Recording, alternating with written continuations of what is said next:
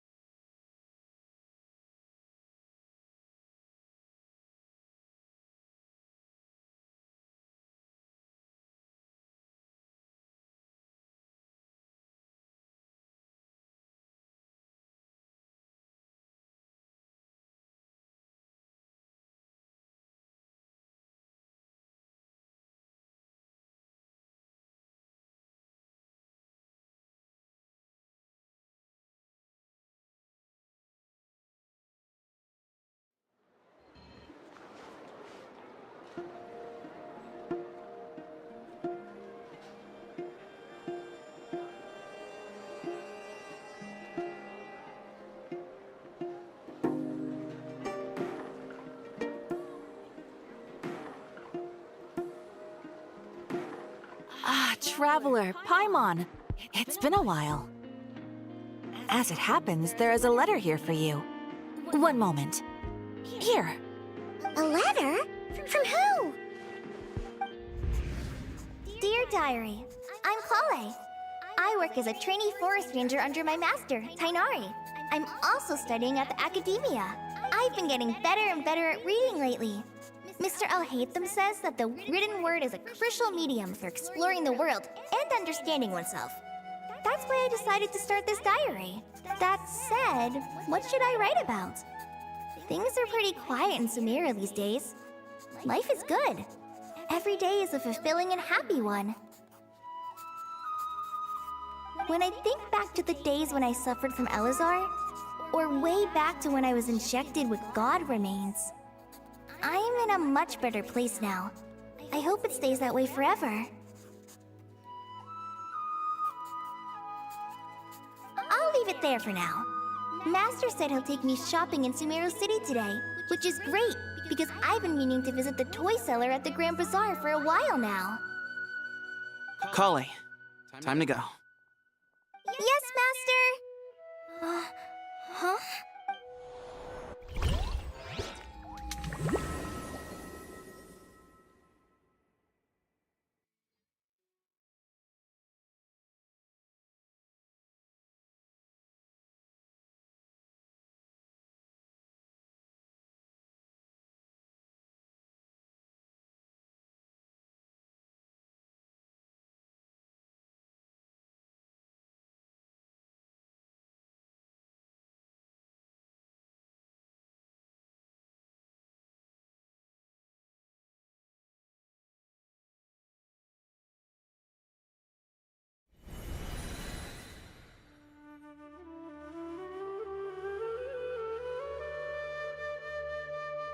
What's wrong, Kale? Is there something on my face? No, sorry. I didn't mean to stare. Did Master Tainari send you to pick me up? Master Tainari? What are you talking about? Tainari is the General Mahamatra. He's probably busy arresting criminals in Sumeru City. I mean, if that's what floats your boat, I can introduce you, but... Wait, Master Tainari is the General Mahamatra? But what about Mr. Sino? Sorry? You mean that guy who just joined the Vahumana Darshan? Rumor has it he's the leader of the Temple of Silence. If that's true, it's pretty impressive. Sounds like you've been getting to know more and more people since you joined the academia. It's great, but don't let your Forest Ranger duties fall by the wayside, okay? What's going on? Sethos is acting like he's my master. And Master Tainari has taken over Mr. Sino's job. Is this some kind of prank? If so, it's a weird choice of prank.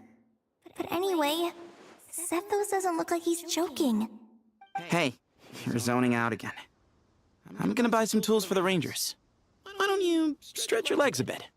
It's been a while since you last visited the city, right?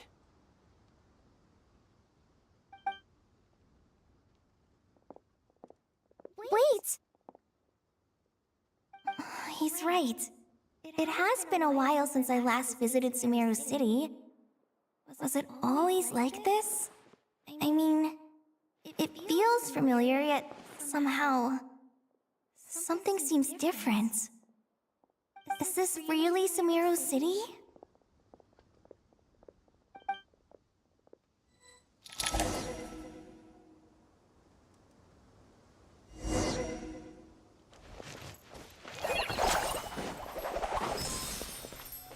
Did you see who just walked by?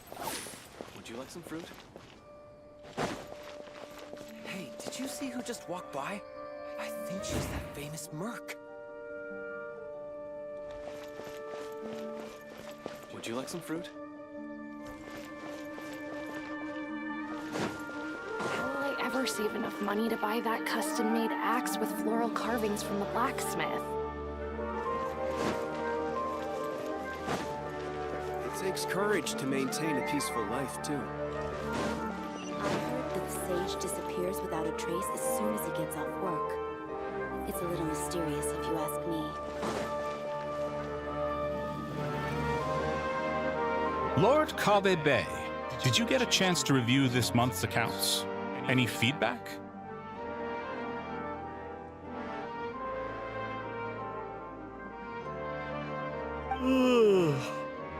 You mean the version you sent over a few days ago?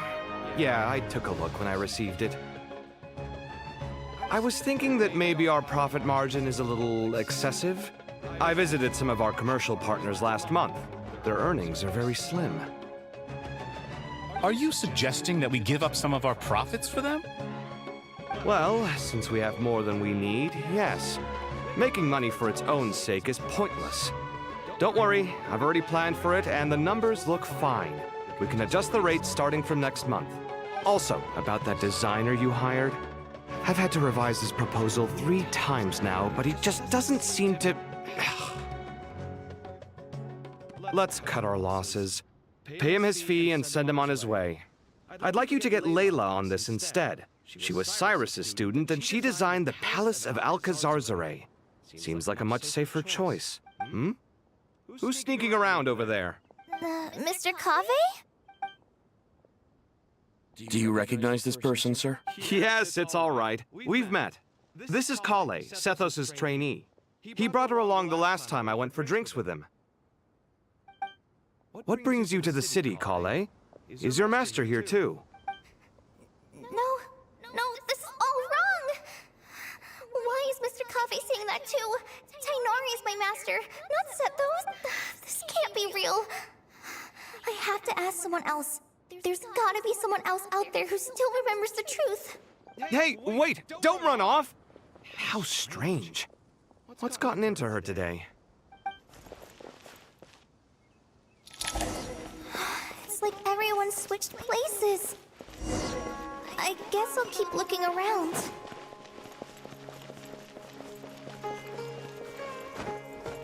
Would you like a cup of coffee? Students are under so much pressure.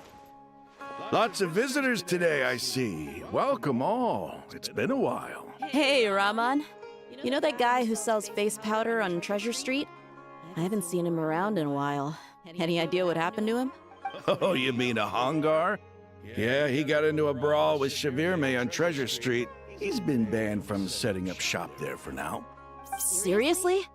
Oh, well, that's a shame. I was planning to pick out some makeup for you. Oh, don't worry about it.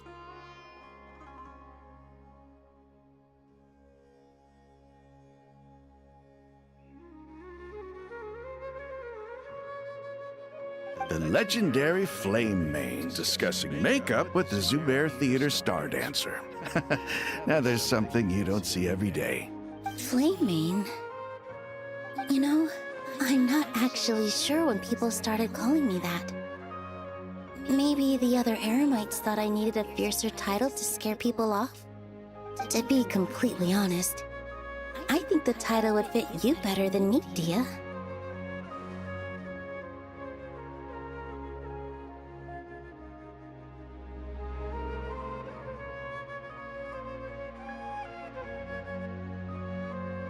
You think? Can't say I've never imagined myself as a merc. If I ever give up the dancing, maybe I'll head to the desert and give the Eremite life a try.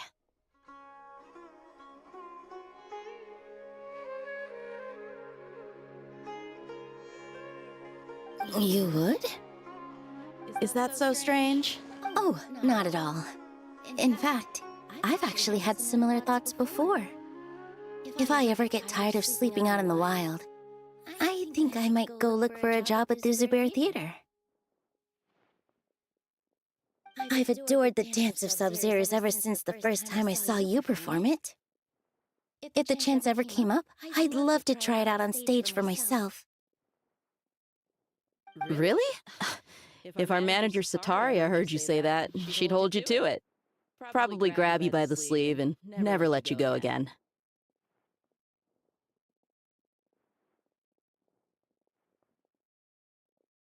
Hey, when that day comes, I'll do your makeup myself. How's that sound?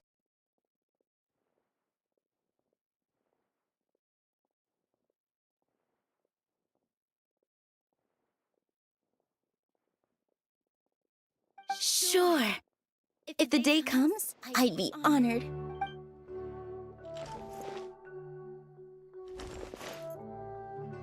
Everyone I know, everything I've ever known. Suddenly it's all a jumbled mess. The question is, who's right? Them or me? Oh, my head feels so heavy. I can't think straight. All right, not a single Mora short. That covers you for this month's rent. What a relief. I was worried the design fees I received this month wouldn't be enough. Well, next time, don't fret. Just let me know and I'll give you a few days' grace. We've known each other long enough for that. Anyway, how are you settling in? I couldn't help but notice that you're staying up late quite often. Yeah, I can't explain it. I just feel more inspired at night. Once I get in the zone, I can race through a whole bunch of drafts, no problem.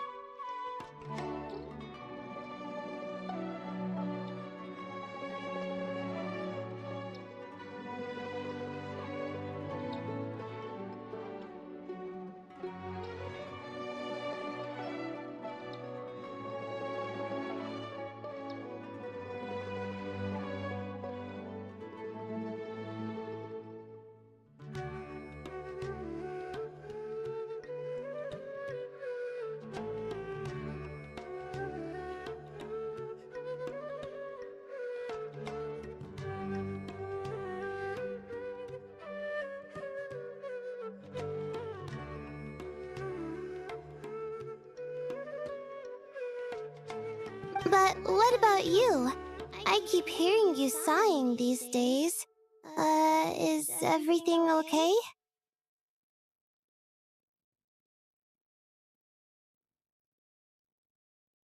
Well, it's just... Don't you think this house is a little small?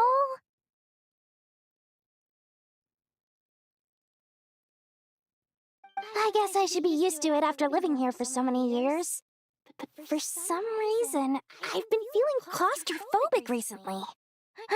Once I've made enough Mora, I'm gonna buy a huge new house, as big as... That sounds... True. I'll never be able to afford it on a scribe's salary alone.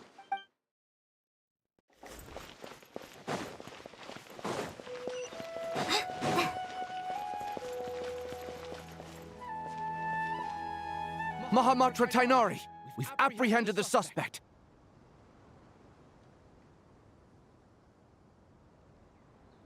They say that the fool is prone to blind faith, but the wise man is not immune to it either. Suraj, do you have anything to say in your defense? Tainari, you were the one who turned the sages against me. Just a few words of caution from you was all it took to destroy my research. And now you're trying to stop me again? You should know that mechanical life is the future! We must cast aside our useless flesh! That's enough. I'm not in the mood to listen to your lunacy. Anyone could tell you how amateur your work is. Karina, Ilias, put him somewhere safely out of the way. Yes, sir.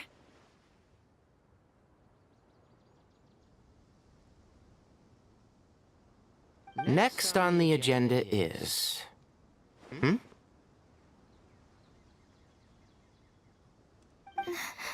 Master?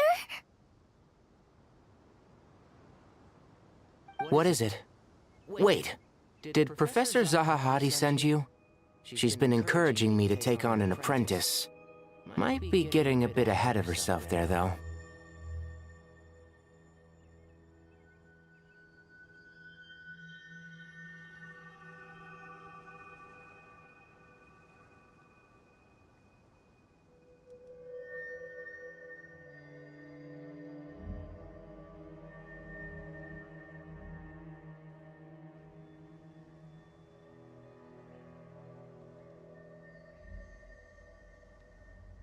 No! Master! It's me! Kale!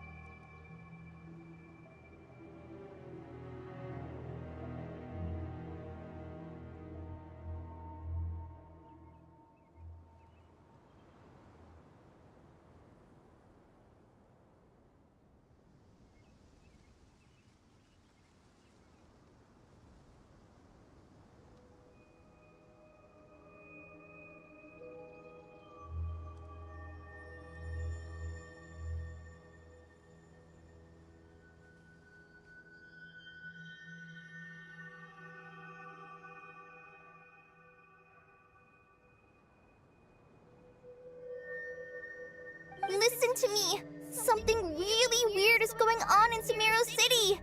It's like everyone's identities have switched around.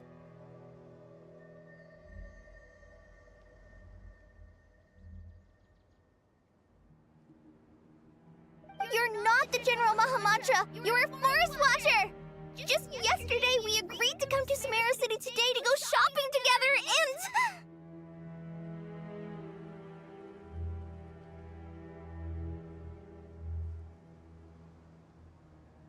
All right, there's no rush. Let's back up a little.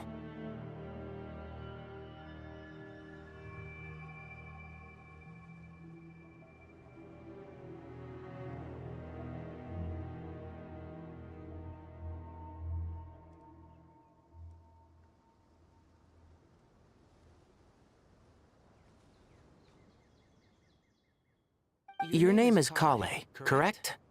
Although this is our first meeting, you do seem strangely familiar somehow. Is there anything I can help you with?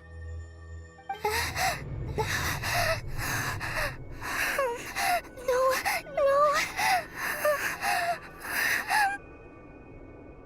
Master! What is it?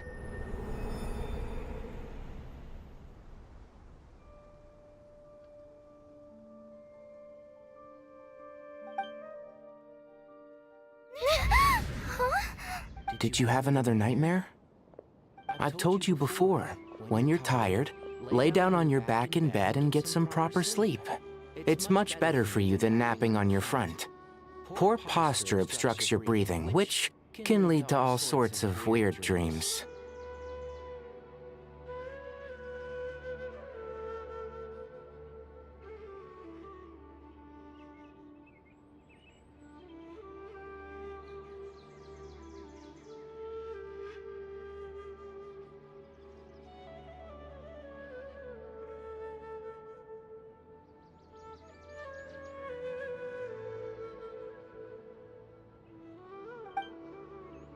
Now, we're supposed to go shopping in Sumeru City today, remember? Cheer up. I'll take you to Hushang's. I heard he's got some new toys in stock.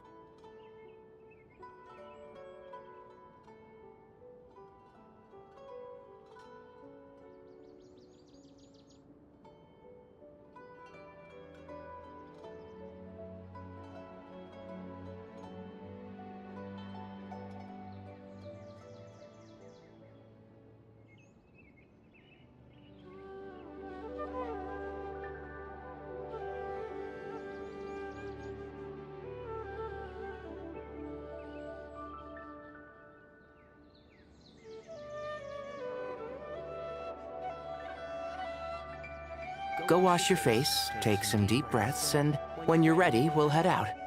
Okay. Thanks, Master Tainari.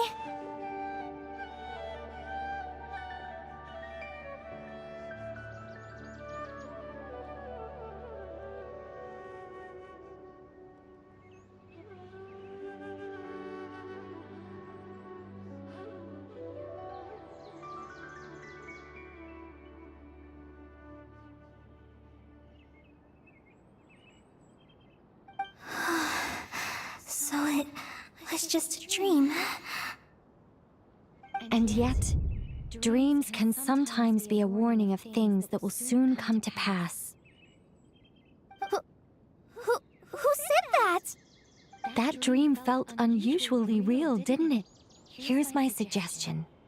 Since you're heading into Sumeru City anyway, you may as well tell Lesser Lord Kusanali about everything that happened. And just to be on the safe side, I think you should also inform your two traveler friends who once helped save Sumeru. I'd write them a letter if I were you. Time is short. A storm is coming from beyond the bounds of fate.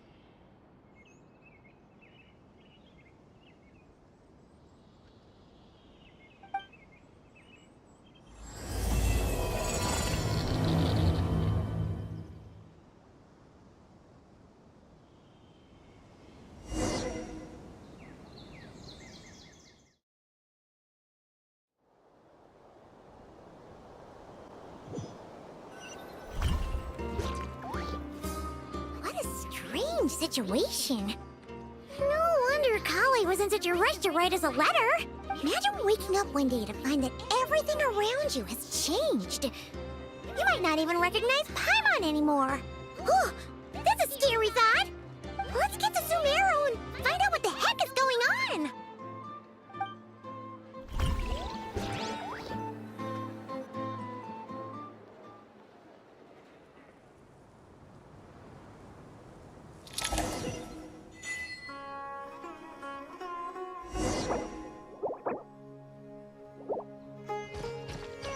Here.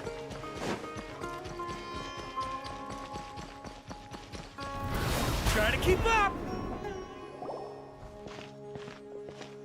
Kale!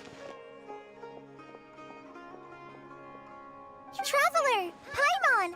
Thank goodness. I'm so glad you made it. Of course! We won't let anything happen to you, Kale. So, what's going on in Sumeru City? Yeah, I was just gonna say. After I wrote my letter, Master and I went to Sumeru City and told the Dendro Archon everything that I experienced, from start to finish. She was silent at first. It seemed like she was deep in thought. Then the next day, we got told that she was ordering everyone to leave Sumeru City immediately and move to Caravan Rebot. The entire population of the city has to move? Not just Sumeru City. The evacuation also includes Lokapala Jungle, Avidia Forest, Ashavan Realm, and Ardravi Valley. Basically, everyone living in the rainforest must temporarily relocate to Caravan Ribat. Holy smokes! That's crazy! Yes, it's quite an operation. Even if people only bring the bare essentials, the scale is simply enormous. They've requisitioned almost all the Sumpter Beasts in Sumeru for the task, including the entirety of Dory's Sumpter Beast Park. The Dendro Archon said that what Kale experienced was not a dream, but a warning. After our meeting, she immediately summoned the 6 sages to analyze the situation and discuss countermeasures. They concluded that the events seen in the dream are very likely to become a reality, and that an unknown danger is rapidly approaching. Oh, please keep that to yourself. We don't want to cause widespread panic.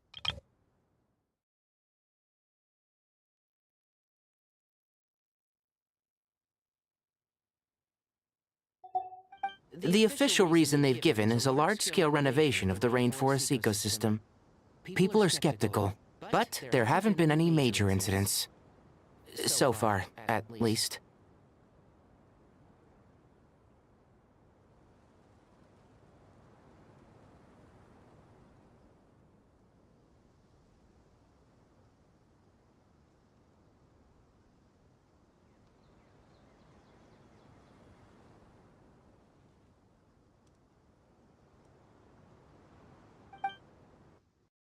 The Dendro Archon seemed really worried when we spoke to her.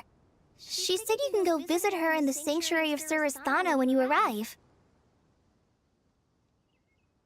She also said she'd hold out until the very end. Tighnari? Kale? You got a minute? I need a hand here. One moment, I'll be right there. As a forest watcher, I've been tasked with assisting with the relocation work. There's a lot to be done, and they need all the help they can get. This will be the final group of evacuees from Sumeru City. While they're away from home, they'll be heavily reliant on outside help.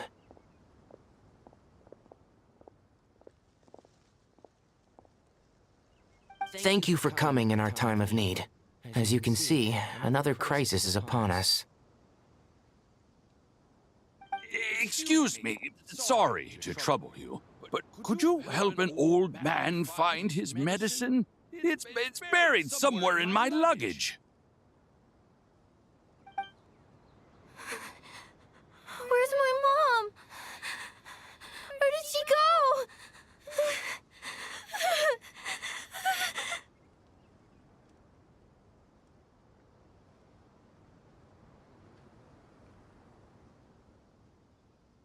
go? Don't worry, it'll be okay. Those items are worth a small fortune. Make sure you store them somewhere safe. You understand? I bet you thought you'd get away with this in the chaos, huh? Guess again. No petty thief gets past me.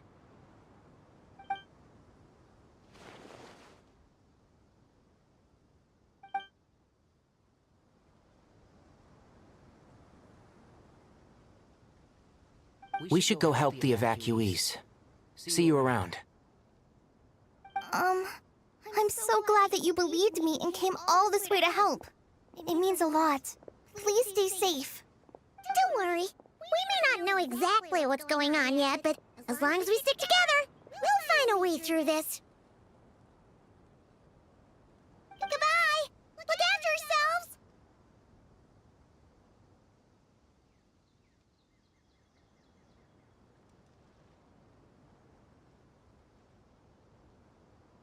Will do. See ya!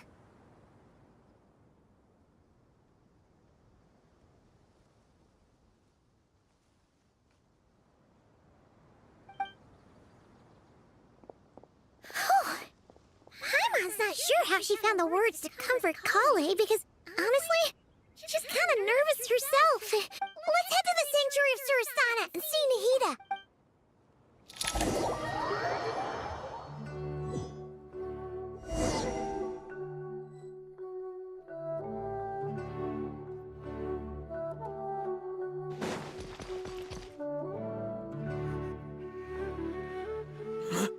goes there? No unauthorized access to this place. By order of Mahamatra Sino. Are you blind? It's the Traveler and Paimon. Surely you've seen them before. Huh? Oh, so it is. I'm sorry, I haven't been sleeping well lately. My nerves are a little frayed. The Dendro Archon is in a very vulnerable state at the moment. Mahamatra Sino is concerned that our enemies might choose this moment to strike, so he's ordered us to strengthen our defenses. Just seeing you two again already puts our minds at ease. Please, enter. I'm sure everyone's expecting you.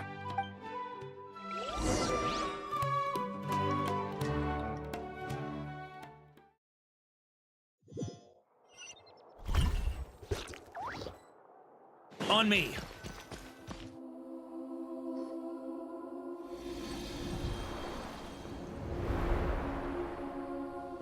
Traveler, Paimon, you made it.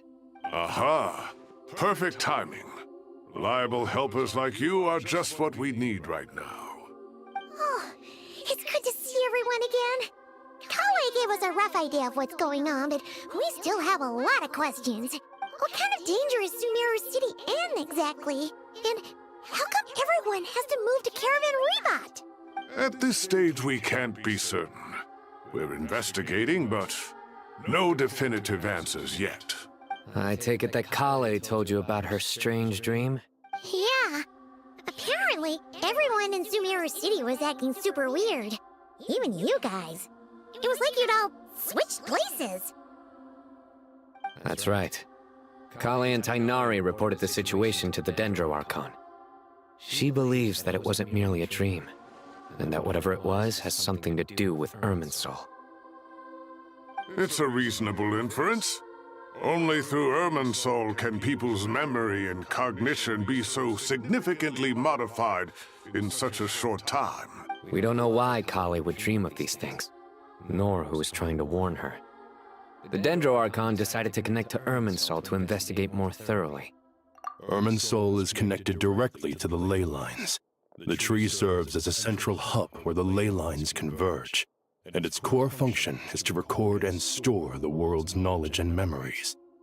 But something has gone awry, severely compromising the performance of this core function. Information is bottlenecking inside Irminsul, hampering the ley lines' flow. If this continues, new information will languish unrecorded, with existing records thrown into disarray.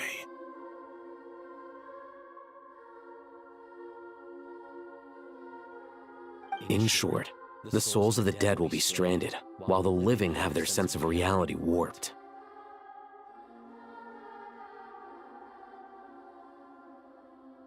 In the long run, Kale's dream could well become a reality. And that's just the beginning. There's no telling what other nightmares could end up coming true.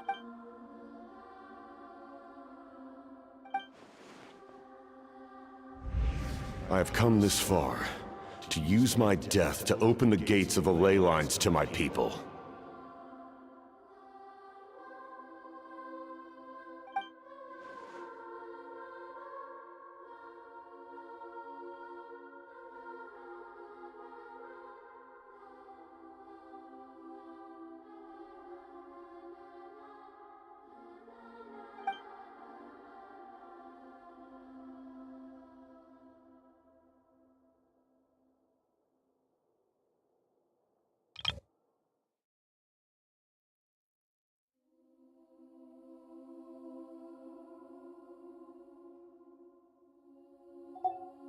Faced with a growing backlog of information, the Dendro Archon decided to connect herself directly to Irminsul and take over the recording and processing function herself.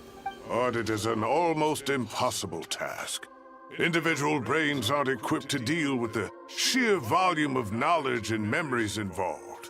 All that information flooding in at once would instantly fry any human mind. And for a god, even for a god, the suffering must be unimaginable. The Dendro Archon's power originates from Irminsul. Any issue with the tree itself takes a toll on her to begin with. On top of that, she's subjecting herself to the grueling task of processing all that data. It must be torture for her, and despite all of this, she is somehow finding the strength to investigate the Irminsul situation from within and send us her finding. I finished analyzing the latest data. Looks like our working theory was wrong. There's no signs of Irminsul having been attacked from the outside.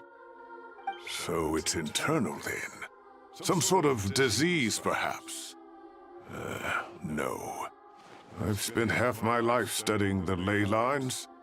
If Irminsul malfunctioned this easily, the world would have met its end long ago.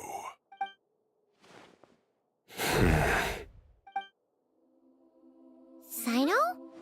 What is it? Not long ago, I got a tip from the Corps of 30 that a large number of unidentified merchant caravans had recently been spotted entering Sumeru through Beta Harbor. At first, I suspected that they might have something to do with all this, so I sent some people to investigate. But if Irminsul wasn't attacked from the outside... Don't you think there are more important things to worry about right now than guessing who's behind all this? It's been over 12 hours with no new intel. If even the Keeper of Irminsul is this badly affected, you can imagine how bad things are in there.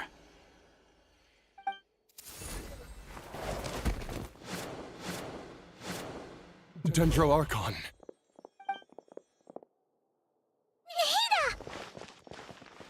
What's wrong? Her breathing is weak, and her elemental energy levels are dangerously low. Looks like it's time to move to the backup plan. What's the backup? Get out of the city and take the Dendro Archon with us. The entrance to Irminsul is directly beneath the sanctuary of Surasthana. That means this is ground zero if anything goes wrong. The Dendro Archon has a very strong connection to Irminsul. But theoretically, this connection should grow weaker with distance. Under normal circumstances, she can unleash her full power here. But with Irminsul out of control, our first priority is to get her away from here. The situation is critical. There's no time to deliberate. Everyone in agreement? I'll deal with it. I'll also let the Matra and the Corps of 30 know to start evacuating.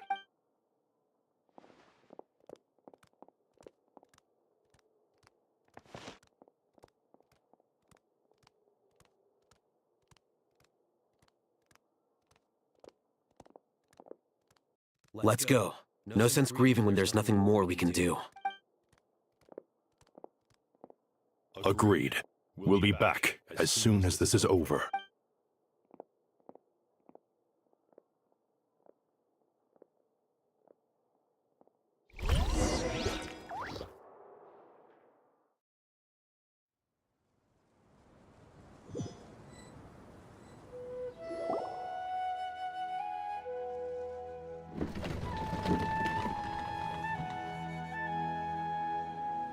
The last group of civilians has been safely evacuated.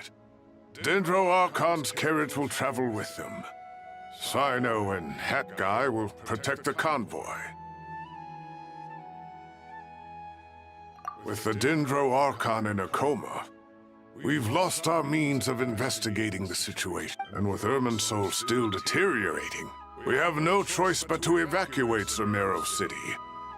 Feels as though we're being pushed along by an invisible hand. Stop moaning, Cyrus. We're the teachers here. We should be showing a little more confidence, don't you think? A wise judgment. Let's move out to Caravan Rebot.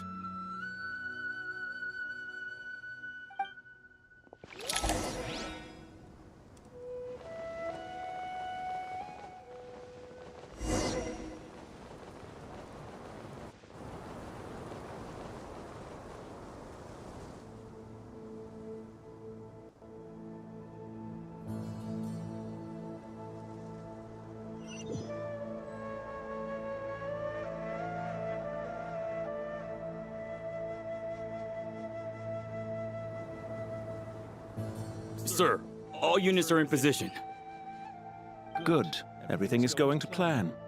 Interfering with Sumeru City is a necessary step, so do not hesitate. The Irminsul situation will not harm you.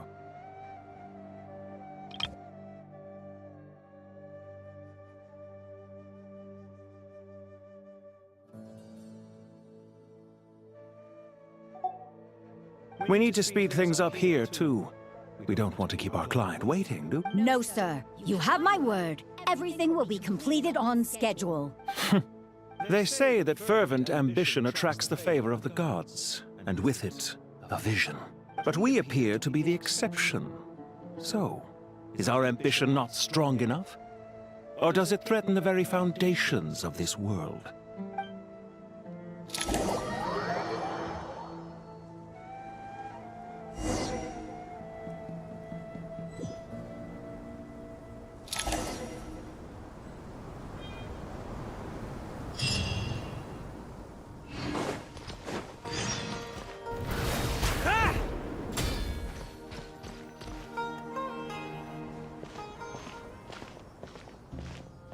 How is the Dendro Archon?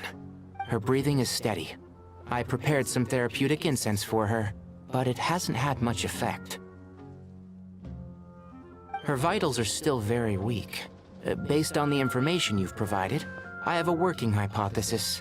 Her condition is partly due to Irminsul's influence, and partly due to a physiological imbalance caused by the rapid depletion of her power. Elemental energy usually flows through the body at a relatively constant rate. The body grows accustomed to this rhythm, so when it's thrown out of balance, physical symptoms will appear. Is this similar to the ley lines? Overloading and withering both directly affect their vitality, potentially causing irreversible damage. Correct. From a biological perspective, if you overexert yourself, you pay the price with your life. The Dendro Archon is not only drained of power, but her life force is at a critically low level. Is there any way to restore her health? I know the ley lines have strong self-healing abilities. As long as any blockages or pollutions are dealt with, they can quickly regain their vitality. But what about people? Well, gods. What's their capacity for self-healing? Before we think about that, there's a bigger predicament to resolve. Restoring the Dendro Archon's power requires us to heal Irminsul first. But that will be extremely difficult without the Dendro Archon's power. Paimon's already getting lost here. Master Tainari and Sino look so serious. I've not heard Master speak in this tone for a long... Tainari.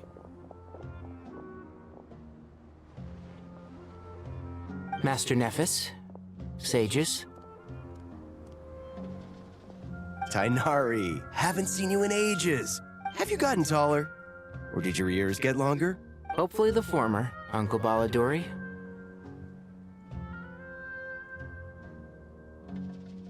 Sino, where's Professor Cyrus? I thought he'd be with you. He went out into the wild to investigate the situation. He said that the Irminsul anomaly will likely start to affect the real world soon.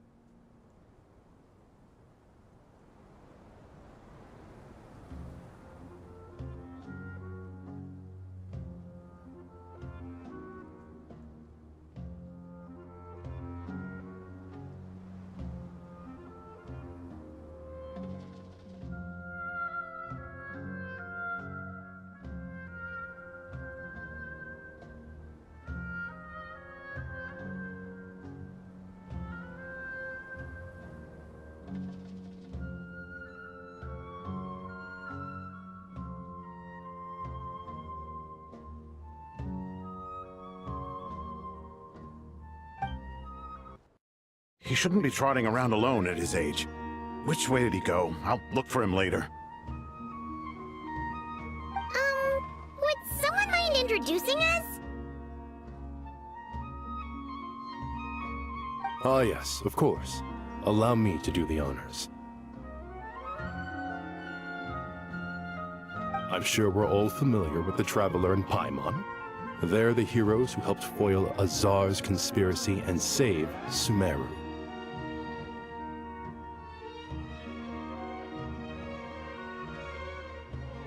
These gentlemen and I are the 6 current sages of the Academia.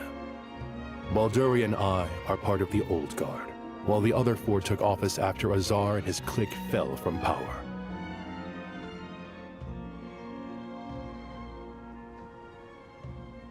We have Sage Alkindi of the Spantamad Darshan, Sage Farnas of Kasharawar, Ritaoist Sage Shakir, and finally Harabatot Sage Rusht.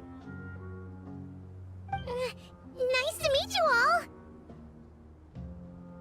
I've heard much about you. Delighted to finally meet you in person. You're younger than I imagined for someone with the power to stand up to fate itself. Thank you for lending your aid to Sumeru once more. Once we're on the other side of this, could we get a photo together? My daughter has a friend named Isak. He's always talking about you two. Of course! No true hero would deny a child their wish. Back to business. So with the Dendro Archon currently in a coma, the people have taken temporary refuge at Caravan Rebot. But they cannot stay here forever. We need to come up with a plan as soon as possible. Farnas, any thoughts? Well, firstly, having reviewed the data, I'm inclined to agree with your assessment. This doesn't look like an attack on Irminsul from the outside. Rather, it resembles a malfunctioning machine. Calculations going haywire and sparks flying. That being said, before we consider how to fix it, we need to understand precisely what has gone wrong. Furthermore, we somehow need to ascertain this without relying on the Dendro Archon's power. We have no direct access to Irminsul. However, we might be able to gather the information we need from the ley lines. Study the branches to learn about the trunk, in other words. Wait, is that what Cyrus is up to? No wonder he ran off to research in the wild. Curse, always one step ahead of me, isn't he? I heard that while in the sanctuary of Surasthana, the Dendro Archon had to serve as the central information hub herself. This is a clear sign the situation within Irminsul might be far worse than we can imagine. Irminsul is vital, not just to the safety of Sumeru, but to all of Teyvat. We must be the ones to bear responsibility for this world. To be on the safe side, I think we need to consider some backup plans. Are you saying we should consider a scenario in which Irminsul is completely destroyed? I'm merely pointing out that the possibility exists. You have a valid point. But until worst comes to worst, I believe we should focus our efforts on resolving the Irminsul anomaly and helping it recover. Kale, I understand that you were the first to foresee this crisis. If it's all right, I'd like to talk with you about it in more detail. Of course, but even I don't know how I came to have that dream. If there are no signs of external damage, could it be a stress fracture? Metals tend to suffer from this issue with long-term use. And Irminsul has existed for centuries, after all. It's possible, but surely a stress fracture would be more likely to cause a complete shutdown rather than chaos. Sages, General Mahamatra, sorry to interrupt, but something has come up. What happened? Some citizens didn't believe that Sumeru City was really in any danger. They slipped away and hid during the relocation, intending to return home. How many people are we talking?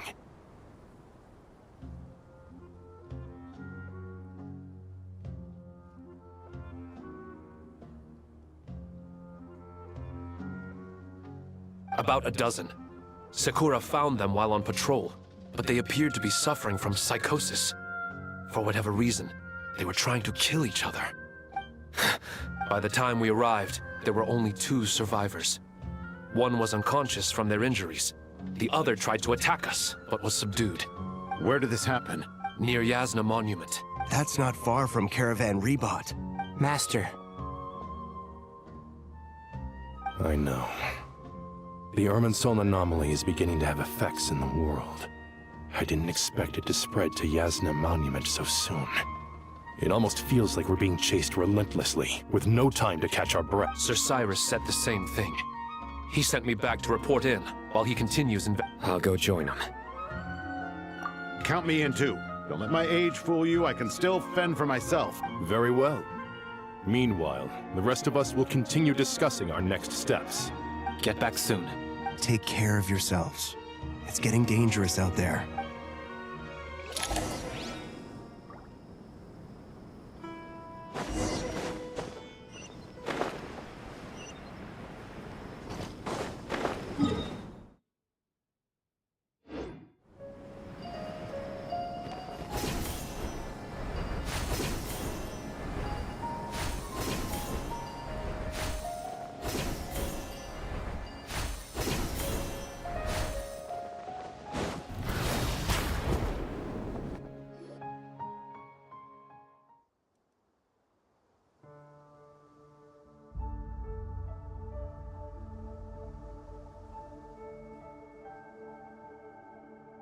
Please, don't go any further.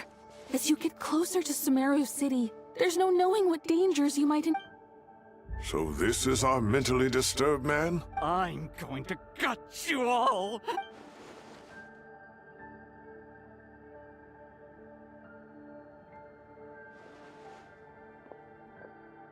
Cyrus, you didn't even bring a single guard? Do you think you're some sort of war? It's fine. Come here and look at Oh! It's... That's right.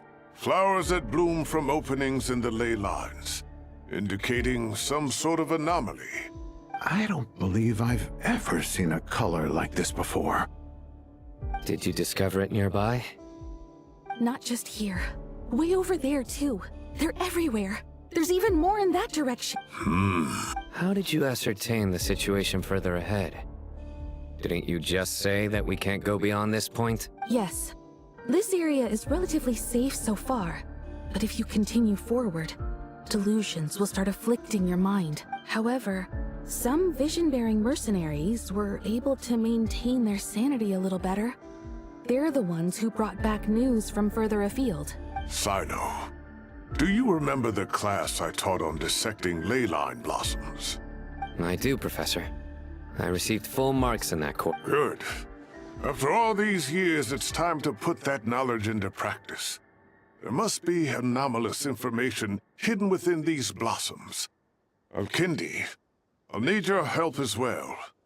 Been a while since we worked on a project together, hasn't it? Sure has. Well, what are we waiting for? Let's get to work. Anything we can do to help?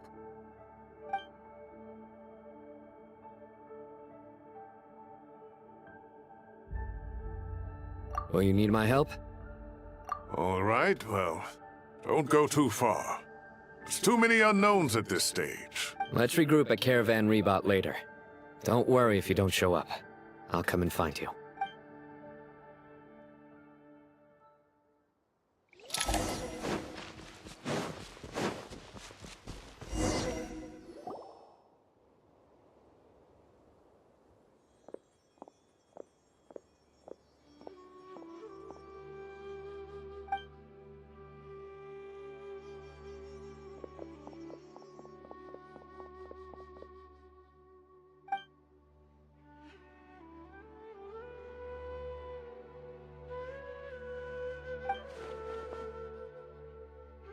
That should be the heart of Oasis.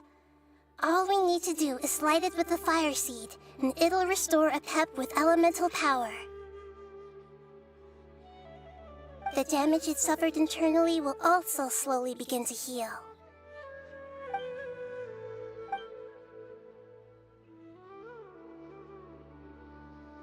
What is it? You thought of something? Really?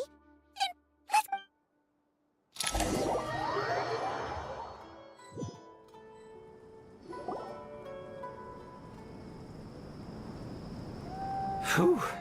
Glad to see you've returned safe and sound. Any longer and we would have gone out looking for you. Well, this is a nice surprise. Paimon sure feels better with everyone we know here. We've made some progress, so let's start by giving you and Paimon a quick update. By dissecting the ley line's blossoms, we've been able to deduce that although Irminsul is experiencing an anomaly, it has not completely rejected access from the outside. The Dendro Archon has the power to connect to Irminsul, but there's also another way. I assume you recall the devices everyone was wearing when you first arrived in Sumer. Devices? Oh, wait.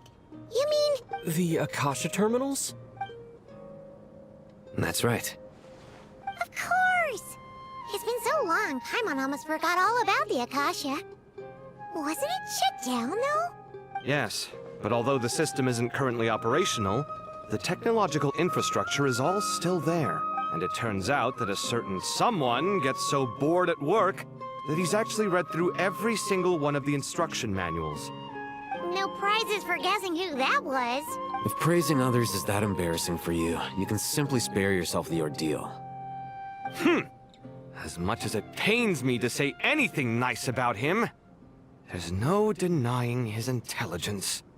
He rarely forgets anything he's read. The Akasha is exactly what Sumeru needs at this moment. Between us, we should have all the knowledge and expertise we need to get it up and running again. But if I recall correctly, doesn't the Akasha need a gnosis to function? That's exactly right. The Akasha relies on the Gnosis as a power source, and in its absence, we'll need to find an alternative. To tackle this problem, it looks like we'll be relocating once again. Namely, to the Temple of Silence. Ring any bells? It's the only major institution in Sumeru dedicated to preserving the knowledge of King Deshret's civilization. You might find the answers you're looking for hiding there. I agree. There's a good chance. Master Nephis and the other sages have discussed it. As the chaos from Irminsul continues to spread, Caravan Rebot won't be a safe haven for much longer. We have to move into the desert next. The scholars and sages will head to the Temple of Silence, while the civilian population seeks refuge in Aru village.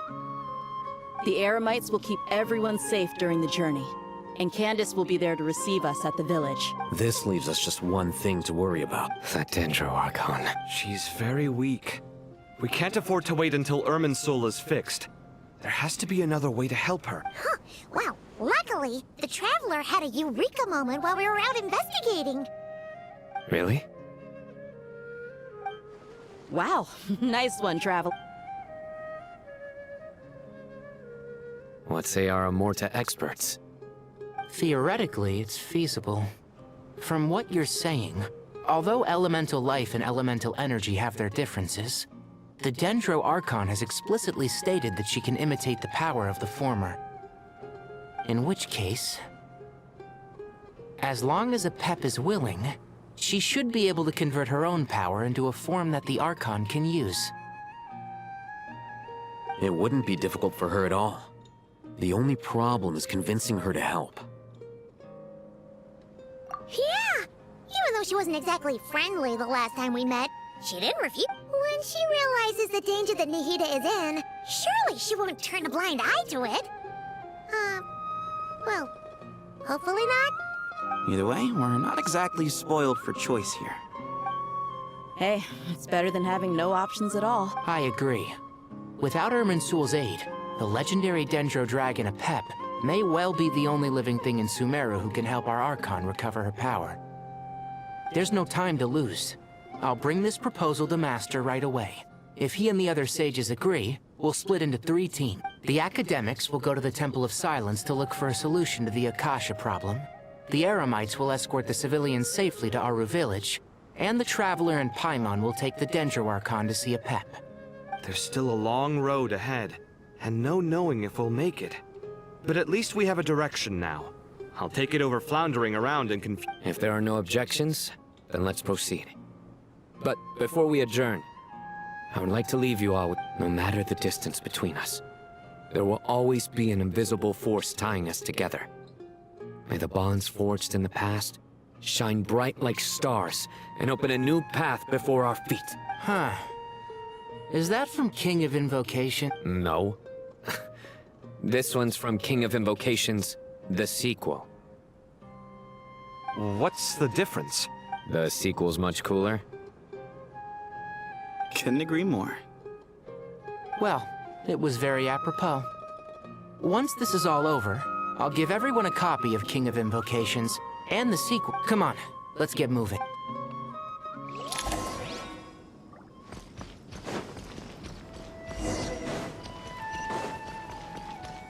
Here. Huh?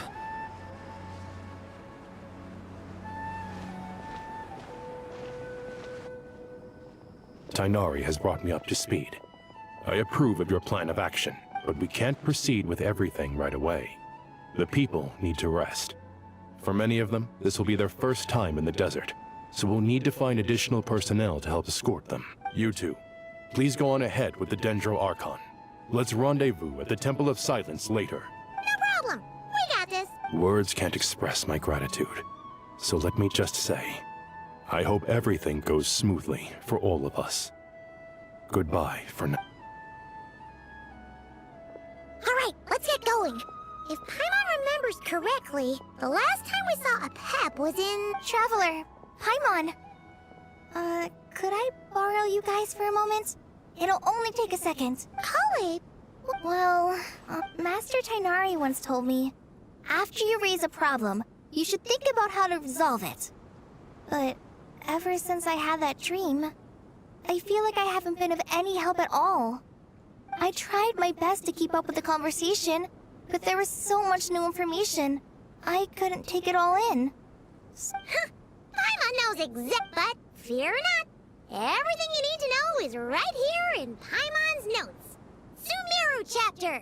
It's got tons of info about all the things we've seen and heard on our adventures.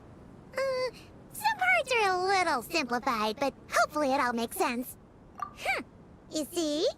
Being the greatest guide in Tibet isn't just a fancy title. It takes a lot of heart. Paimon doesn't always understand the things you're talking about with other people. Whenever that happens, she notes down the confusing parts and goes over them in her own time. This is perfect. Could I... Sure. Matter of fact, you can keep it if you want.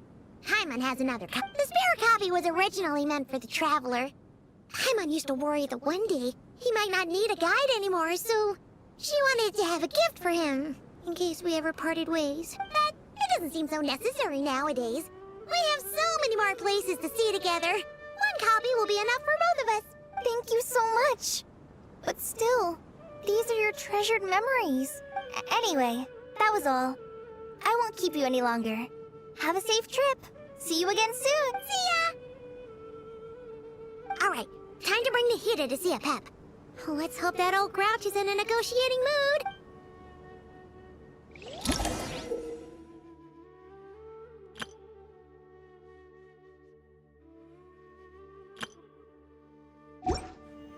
Hey, here's a thought. If we brought Nervalette along, do you think he could help us persuade a Pep to help? Actually, never mind. In a Pep size, Nervalette's probably one of those dragons who's grown too close to humankind. They might end up fighting for all we know.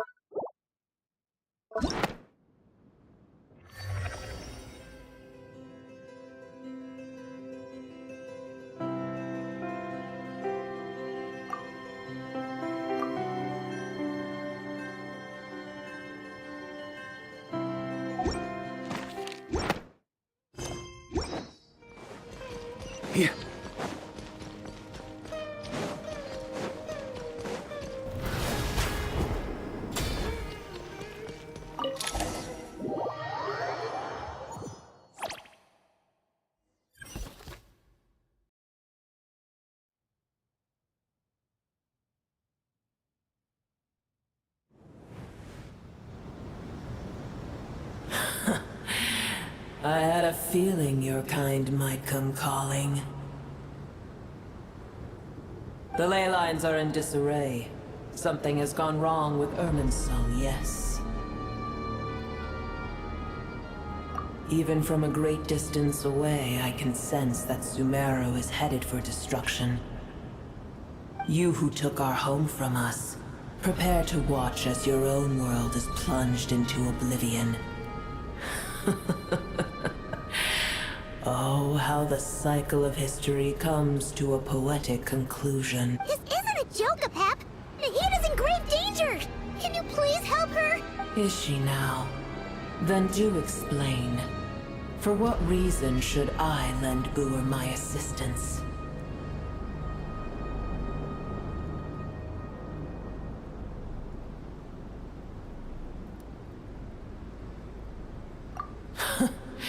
The Age of the Dragons ended long ago, and the world that replaced it is under the dominion of the Heavenly Principles.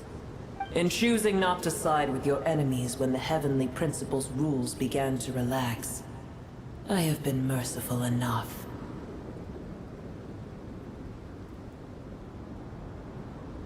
Do not forget that I have no love for this world you hold so dear. Be not mistaken. The fate of Sumeru is of no concern to me. I am neither the god of this land nor its god. I may have given my tacit agreement as your kind built homes here and multiplied for generation upon generation. But that does not mean that I bear any responsibility for Sumeru. Tiny Booer, puny humans. In my eyes, all of you are but intruders who followed in the wake of the Heavenly Principles. I am not obliged to be your savior.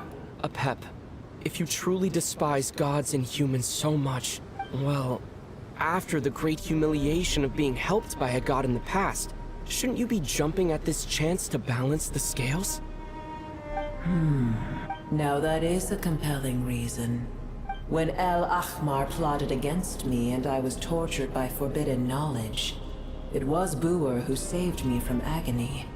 And though I regard with shame the pity of my enemies, to receive aid without repaying it would likewise tarnish a dragon's dignity.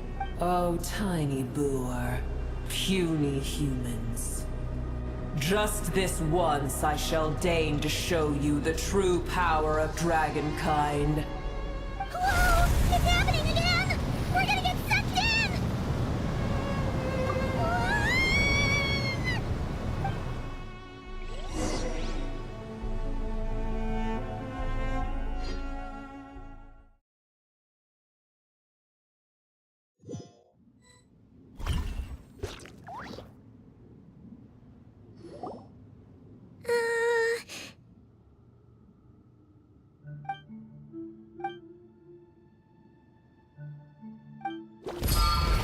It is done. The heart of Oasis is supplying her with life force as we speak. It shall not be long before she recovers. But I should warn you. Booer's existence is closely intertwined with Irminsul. Unless the issues plaguing it are resolved, she will never completely recover her former strength. Thank you. Spare me your words of gratitude. You may also spare me your feigned concern. A dragon's sovereign's power is far greater than you can imagine. While I was indeed weakened when the heart of Oasis ran dry, providing Tiny Booer with a morsel of my life force shall have little consequence for me. Oh, good to hear.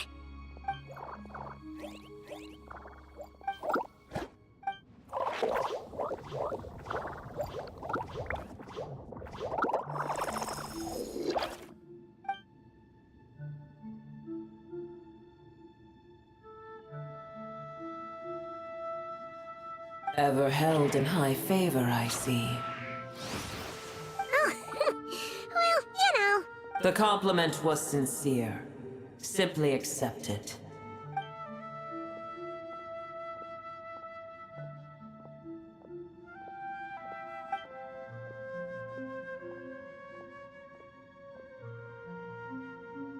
I did once. That tree was not planted by the heavenly principles. Irminsul existed before they ever arrived in Tevat. What? There was a time when it belonged to Tevat, to dragonkind. Its appearance and function then differed greatly from today. The ley lines flowed with an abundance of a familiar, primitive form of elemental energy. You may know it as the power of the Light Realm. The heavenly principles usurped and refashioned Irminsul, made it serve humanity, and used it to anchor the fate of the world. Yet in the end, humanity has failed to protect it. Heavenly principles, God of gods. It makes me sick. The enmity between your kind and mine, as things stand today, holding a grudge against you would serve no purpose. But there will come a day when we reclaim this world for ourselves. The opportunity will arise no matter how long we must wait. I can already sense that far away from here, the Hydro Dragon has wrested his authority from the hands of the usurpers.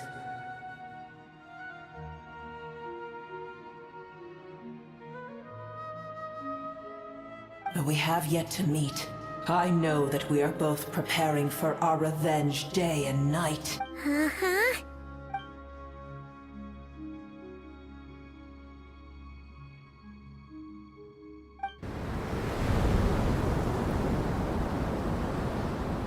I hear a great disturbance out there. Huh? What is it? Sandstorms come. The Jinn. Another calamity approaches. You both seem restless. Let us part ways here. Boer is safe with me. Once she has recovered, I shall return her to your side. Oh, thanks again. Take care. I told you already I have no need of your feigned concern.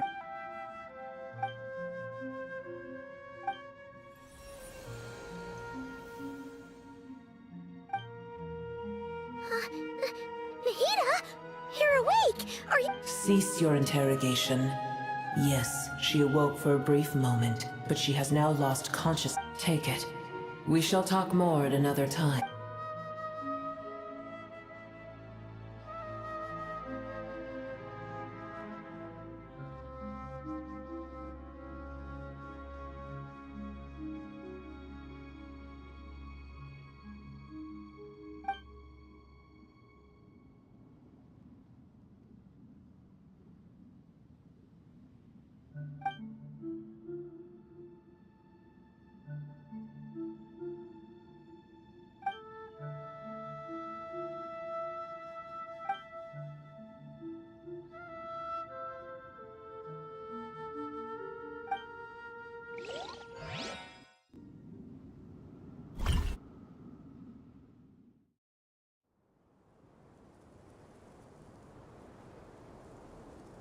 Where the heck are we? Did you just dump us in the middle of nowhere? Wait. No. Paimon remembers now. The Temple of Silence is over that way. Come on, let's go find the others.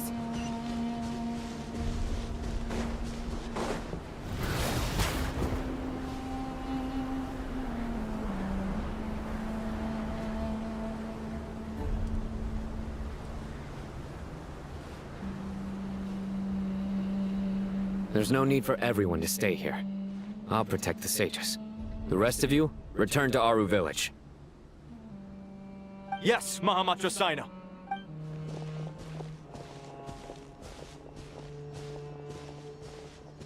Sino! What's going on? You're back. How is the Dendro Archon? What a relief. It's the Jinn. Countless Jinn have stirred up violent sandstorms across the desert, blocking our path to the Temple of Silence. Tighnari and Kale have returned to Aru village to help. The Jinn are being highly aggressive, so both the village and the merchant caravans require protection. It's just one thing after another. Where did all of them come from anyway? In all my trips to the desert, I've never seen anything like this before.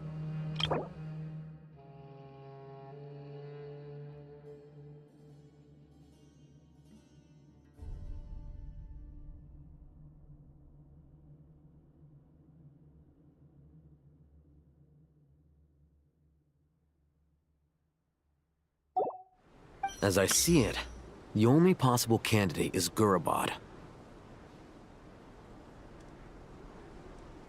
Gurabad? Baladuri could explain in more detail if he were here. All I know is a rumor I've heard about from previous trips to the desert. Supposedly, a great number of dormant Jinn lie sealed beneath that city.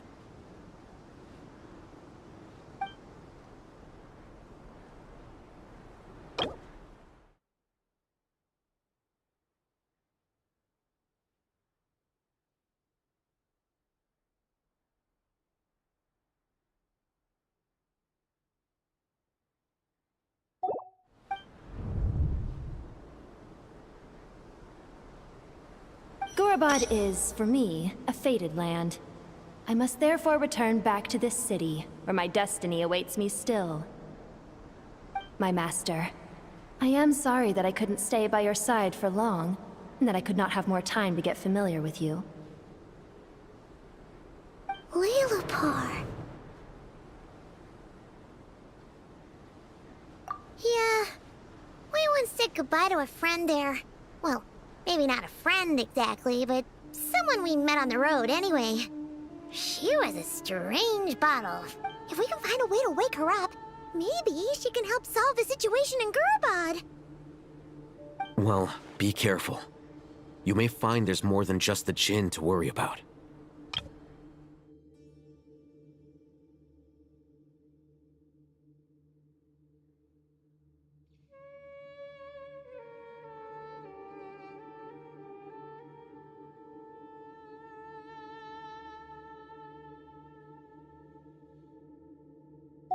You mean, there are other dangers in Gurabad?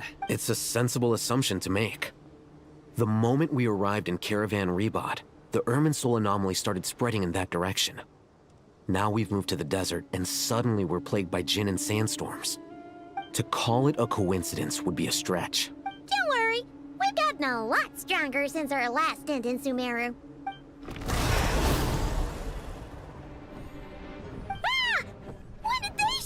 It appears the monsters native to the desert have been stirred by the Jinn's activity.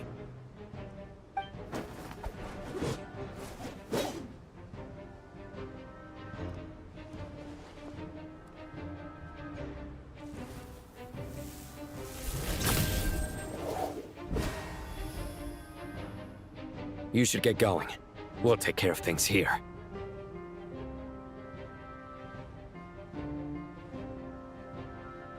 You too. Don't do anything too risky. You got it?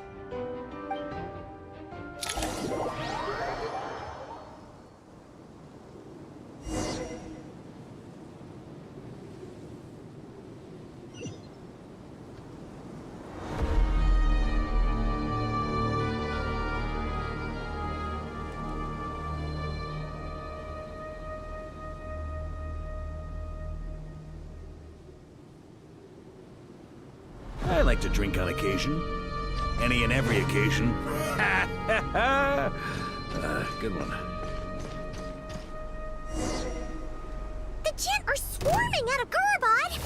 Looks like Alheza was right! Let's get inside and see what's going on!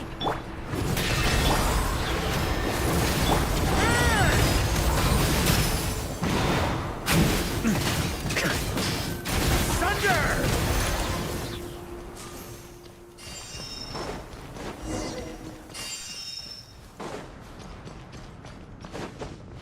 On me.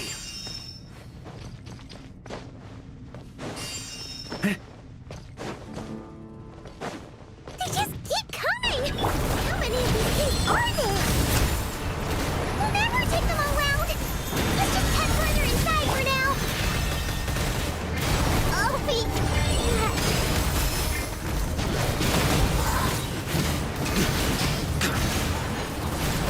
Up the ante! Up the ante!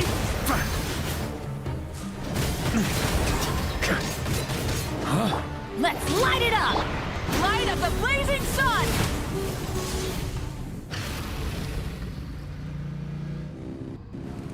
Target spotted! All units at the ready! The Fatui! a stronghold! Are they the ones behind all this?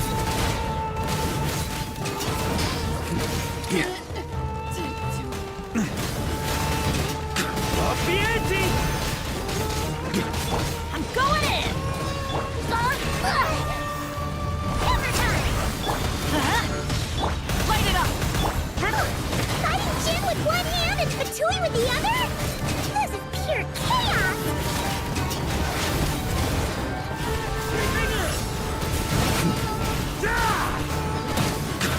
Off we go! Teamwork is dreamwork!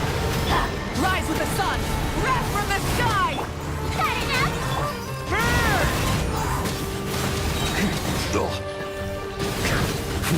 Thunder!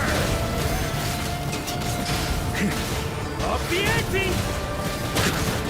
Look after Mondstadt for me. Burn it down! Light of the blazing sun! Gotcha!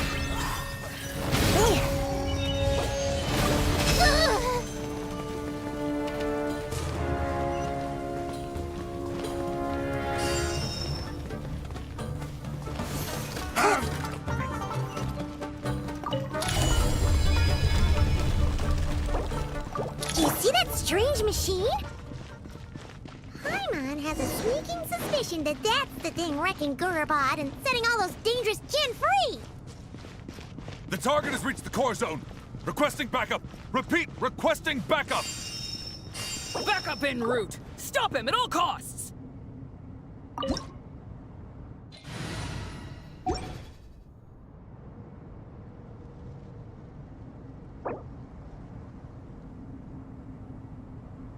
Adventure time!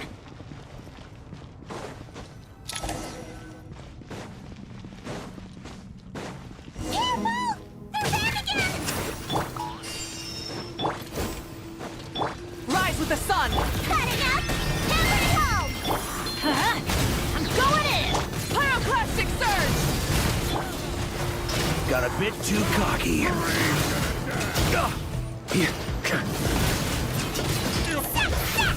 Nice one, Traveler!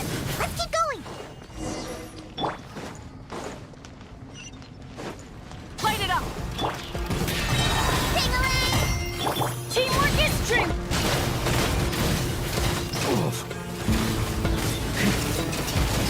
Up the ante!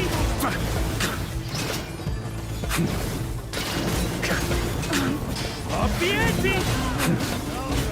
Here comes the next one. Burn it down! Wrath from the sky! Let's light it up! Everybody stand back!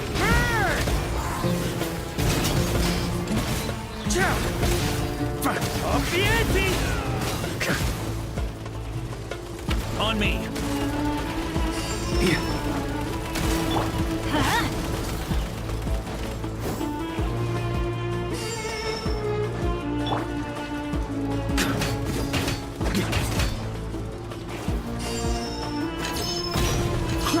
On me.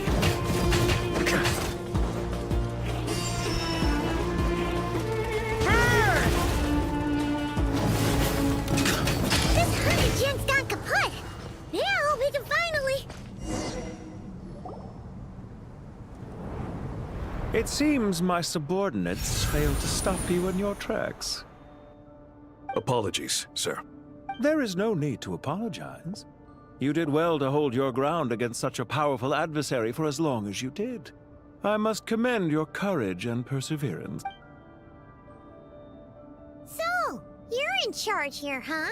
First the problems with Irminsul, now this mess in Gurabad? Are you the ones responsible for all... I'm afraid I cannot answer that. I assume you aren't naive enough to expect answers from an enemy. Oh, this guy is so...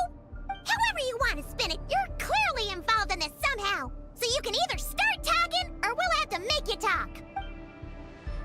Let's get him! Traveler, what's wrong?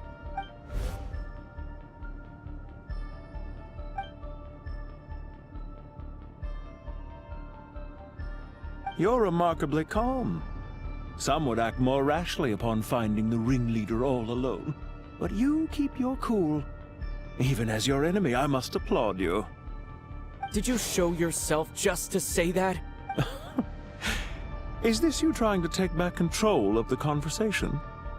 Unfortunately, I really don't have anything to say to you. I am here merely to indulge my own curiosity. Your names are well known among the Fatui. Naturally, I wanted to observe you up close while I had the... Hey! Don't treat us like we're some kind of exotic animals in a zoo! Oh, I wouldn't dream of it. You seem rather predisposed to misunderstand. I'm quite aware that you are both heroes of great renown. You have resolved crises in many nations and won countless allies along the way. I've been following your adventures with great admiration. My only regret is that the trajectory of your journey conflicts with our goals.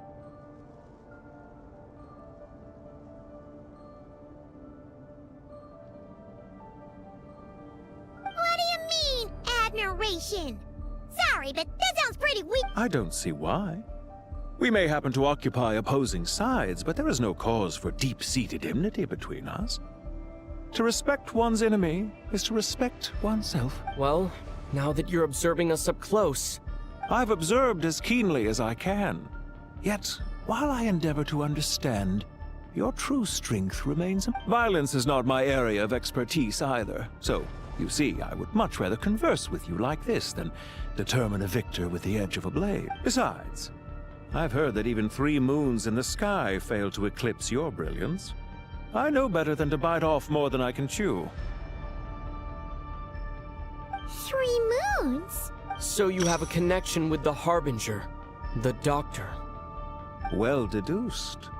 Our commander, Dottore, died in Nodcry, but there are things that do not end with his departure. We must... Look at me. I almost divulged more than I should have. What are you after? Revenge for Dottore? Or are you...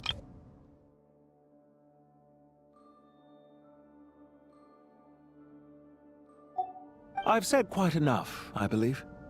There's no point in continuing this conversation, except to say, I've noticed that you seem to know your way around here quite well. A repeated visitor to Gurubad, are we? Ugh. I'll take that as a yes. Then I'm sure you'll have heard the story of this place. The mother of the Jinn, Lilupar, and the tragic tale of her vengeance that spanned 3 generations. It was right here that Lilupar once helped the wise to ascend to the throne.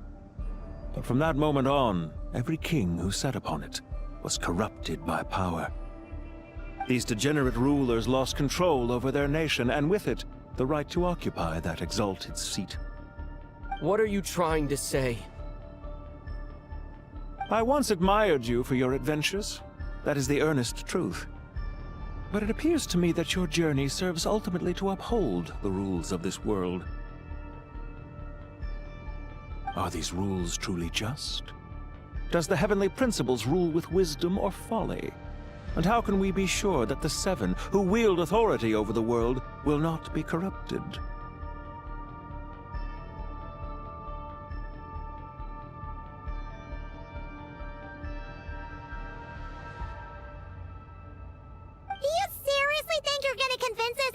Convince you? I'm sure my commander already tried that. Why would I waste my breath doing the same?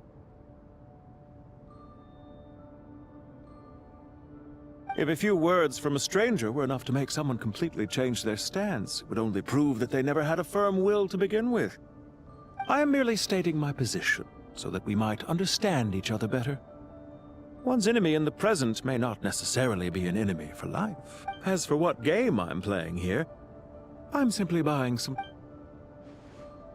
It was a wise decision not to attack me immediately.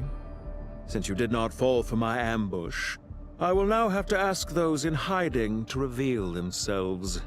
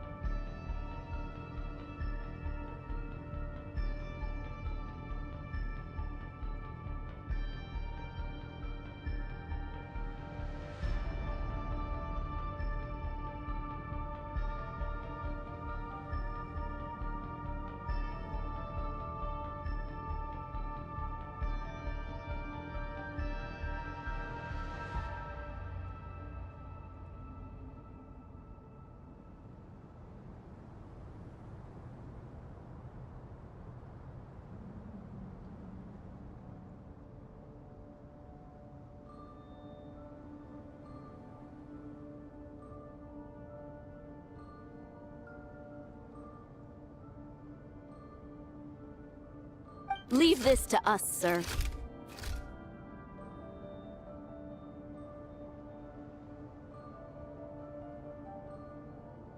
Very well.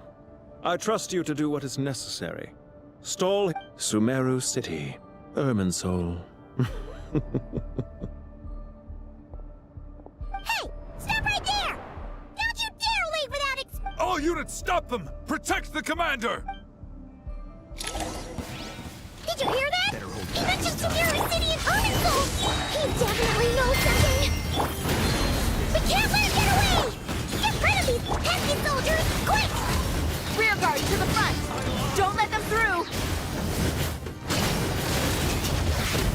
Get that thing in position!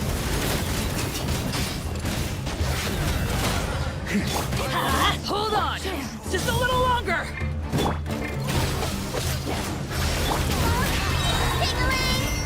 Pyroclastic surge!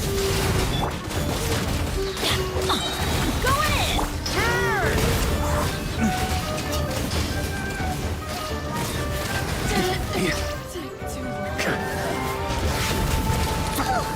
We finally beat them! That mysterious guy can't have gotten far! Let's catch up with him! On me. Try to keep up!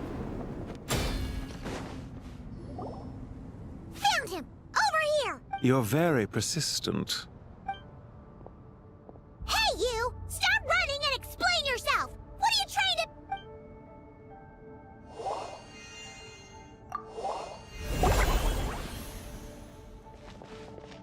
What's this? Relax. A small trap like this won't be enough to hold you. The sandstorms from Gurabad will die down soon enough, but this small window of time was all we needed to launch the next phase of our plan.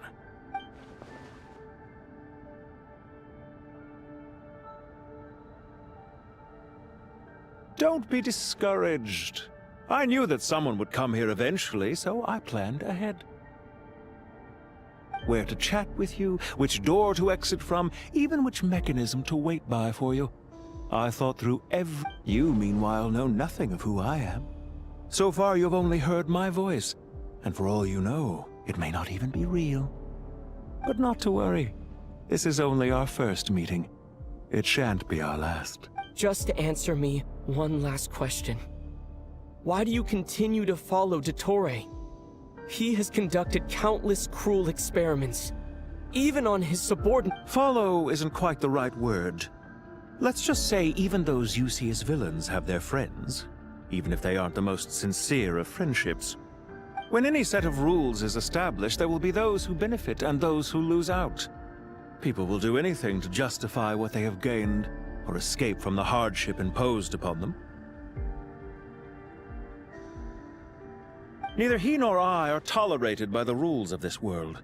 We were both searching for a new order. Our ideas of the final form that should take may have differed, but our journeys took a shared path. Goodbye, Traveler and Paimon. I wish you a timely escape, albeit not too soon. I will need a little more time to prepare, after all. Hey! Come back! Wait, this dark wall. We've seen these on our adventures before. It swallows people up! I'm unsorry. She shouldn't have jumped the gun! Oh, okay. He may have fooled us this time, but we'll...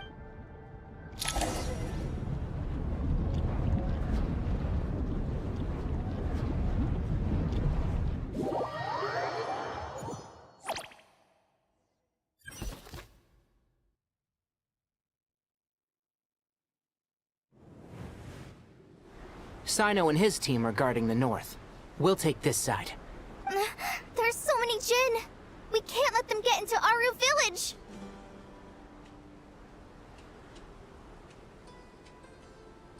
Don't fret. I am well prepared for this situation. Huh. So you have a solution? Perhaps you're unaware that I have a trusty genie partner of my own, Plumpy. If I send her to negotiate with the others, this whole thing will be resolved before you can say Mora.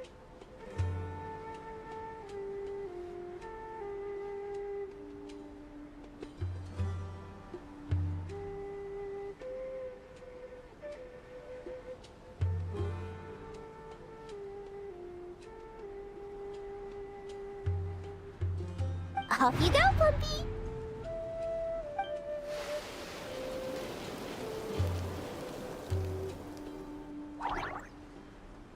Come on, what's the holdup? 5,000 mora. 20,000 mora. 100,000 mora. Final offer. Ah, so she's a hired partner.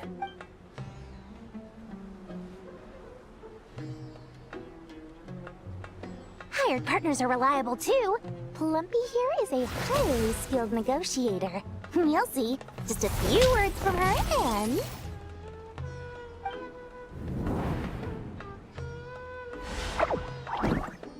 Plumpy! Don't you, Jin, have any respect for the rules? This was supposed to be a negotiation! How dare you treat my messenger... You wanna play rough? You can play at that!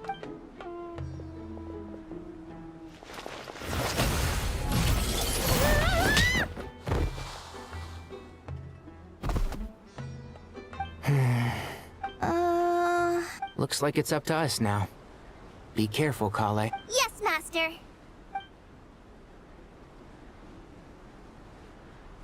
What happened? How did I pass out? Never mind. Maybe it's time for revenge.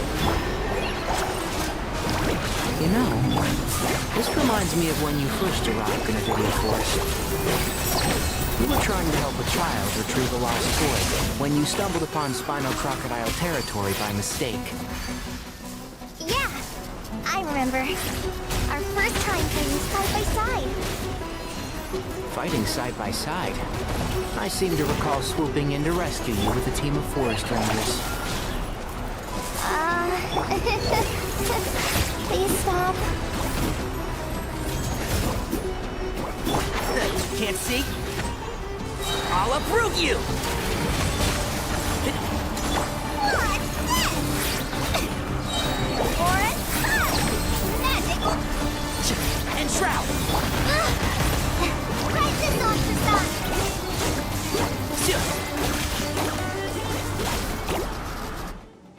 There's too many of them!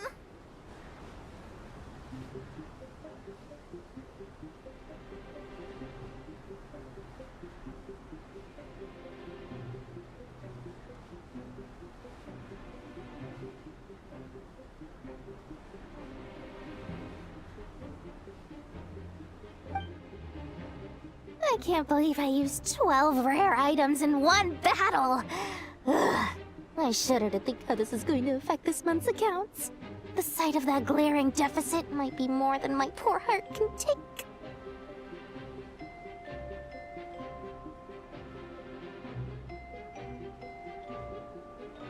Tainari, how's the situation on your end? We held the line, though it was a close call.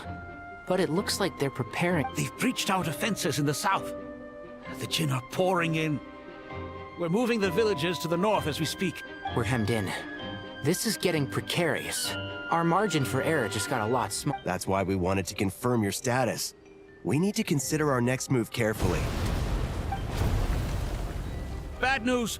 Another line of defense has been breached. Kale, go with them and assess the situation. Dory and I will hold the line here. But Master! Even with... This is not a discussion, Kale. Don't worry about us. She clearly still has plenty of tricks left up her... Wait! You can't pin all your hopes on me! Oh, great. I've almost run out of the things I brought with me, and the rest is back at the caravan. I should be able to hold out for a little... Master! Need any help? Huh? What is it, Kale? If things continue like this, it won't be long before Aru village is overrun by Jin, and the sandstorms are sure to follow in their wake. I do have a plan, but I can't guarantee it will work. I don't care. Whoever you are, please just help us. The only one who can help is you. I am merely here to guide you along the correct path. I am a spirit created at the beginning. I am a flickering illusion. am the shimmering light that flows from the eyes of the Creator. What do you mean? It doesn't matter. You don't need to understand it. Just repeat after me, one line at a time. Watch out! Jin and... I am a spirit created at the beginning. Here goes nothing! I am a spirit created at the beginning.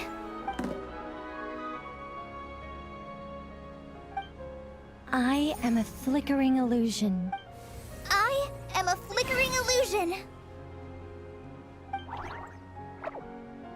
What's wrong, Plumpy? I've never seen you so agitated before. That's... But how do you... Do you know what Kale is reciting? I am the shimmering light that flows from the eyes of the Creator.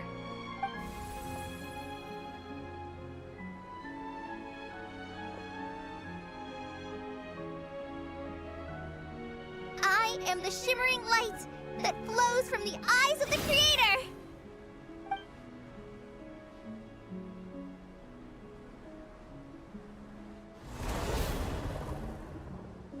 It's a song composed by the goddess of flowers. But very few records of it remain, even in historical texts. All we have is a few fragments. Is Kale an avid historian? Not to my knowledge. The Jin have actually quieted down. Although... No, it's more than that. It looks like they're showing... submission. Clearly the songs left by the goddess of flowers have a soothing effect on them. At the very least, they're much calmer now. Really? I am a spirit created at the beginning!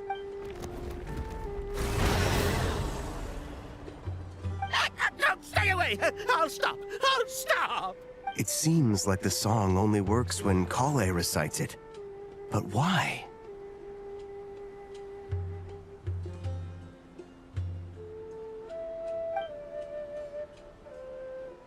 Kale.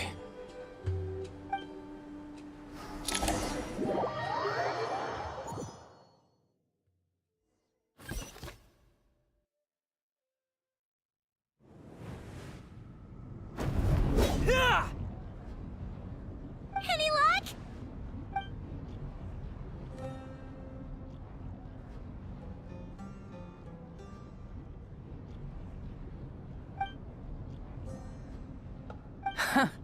When I heard that loud rumbling in the distance, I thought the shifting sands had bust open the gates to some ancient treasure vault. Turns out it was just you guys. Huh? Wait! That sounds like... It's been a long while. Did you miss me?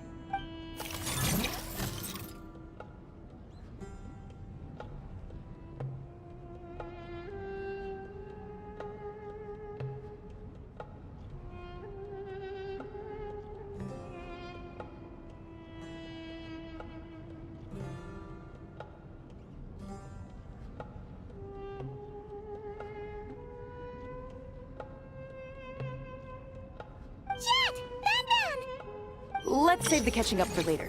First, I gotta get you guys... This should be the right mechanism. Ben, can you handle it? There we go. Come on, let's leave this place.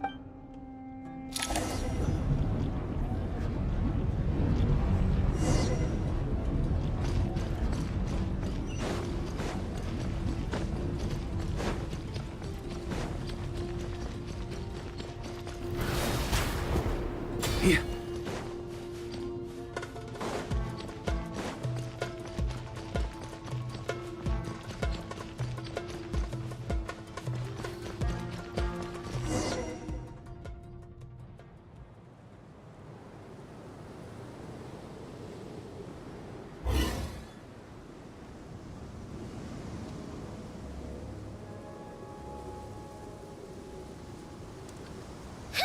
Those Fatui sure made themselves scarce. It's like they were never here. The Fatui?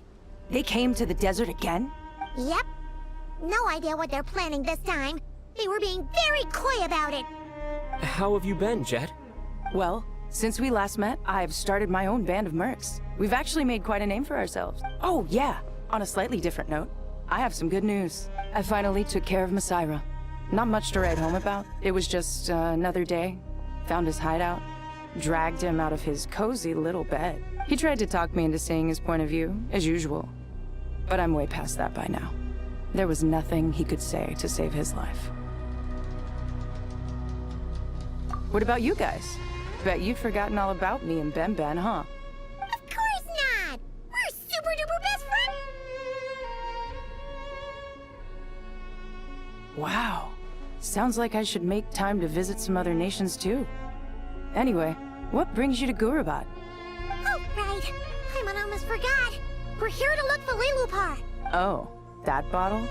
Yeah! We need her power to calm the Jinn and stop the sandstorms. Here's hoping we actually manage to find her, after all the trouble we've been through. Surely, with everything's been going on in Gurabad, she must have woken up, right? Only what?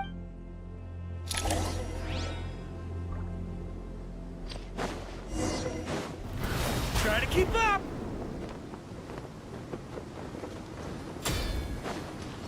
Huh?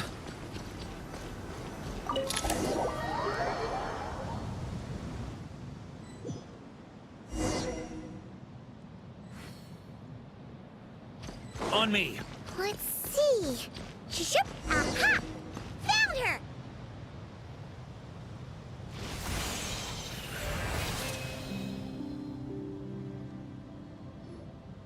Lilupar! What a long dream that was. It's been a while, my master. Oh, and you're here too, little wildcat. The four of us back together again. Imagine that. In truth, it was at first. I was none too pleased when those miscreants barged in. But it did give me the chance to reunite with you, dear master, so I shall overlook their folly. After we last parted ways, I merged with the land beneath Gurabad to suppress the dark calamities stirring in the depths.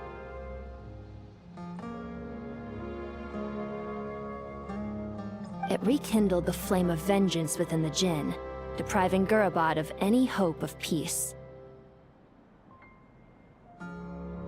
I fought against it for a long, long time, until one day, I sensed a change in a foreign land to the west. Suddenly, the pitch-black abyss fell silent.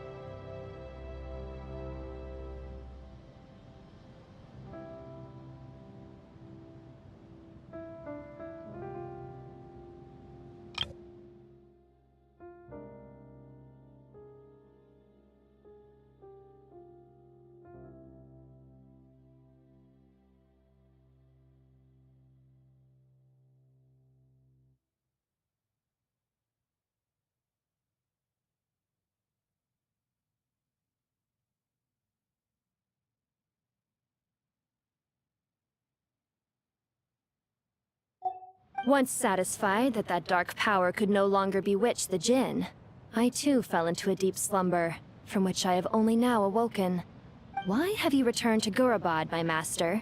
And why is my sand-swept homeland in disarray once more? Well, basically, Sumeru's in danger and a lot of our friends are affected. Some bad guys messed around with Irminsul and now they've released the Jinn in here. We managed to chase off the culprits, but we have no idea how to seal this place back up and stop the sandstorms. Child's play. I shall quell the Jinn and scatter the storms. Thank you, Lilupar. No need to thank me, my master. I have granted many wishes in my time, and this was the most trivial of them all.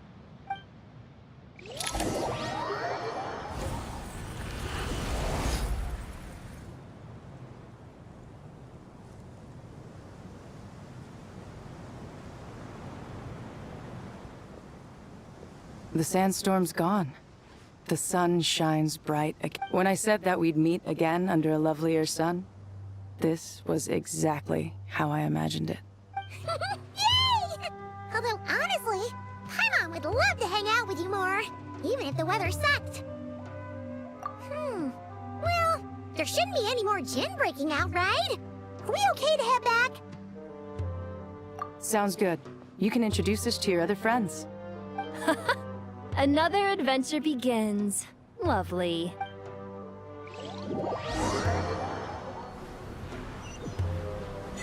The storms have stopped! We should be able to get to the Temple of Silence without any problems now. Time to regroup!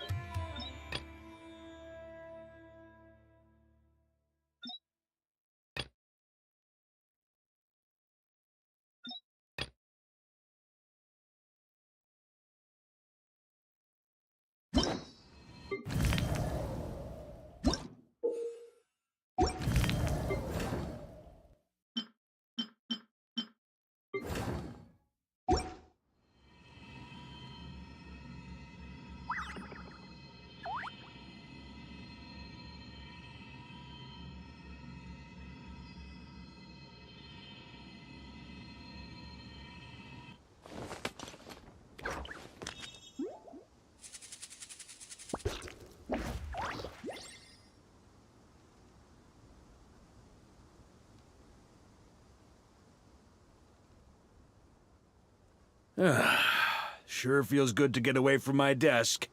Now, where's a good spot for a nap?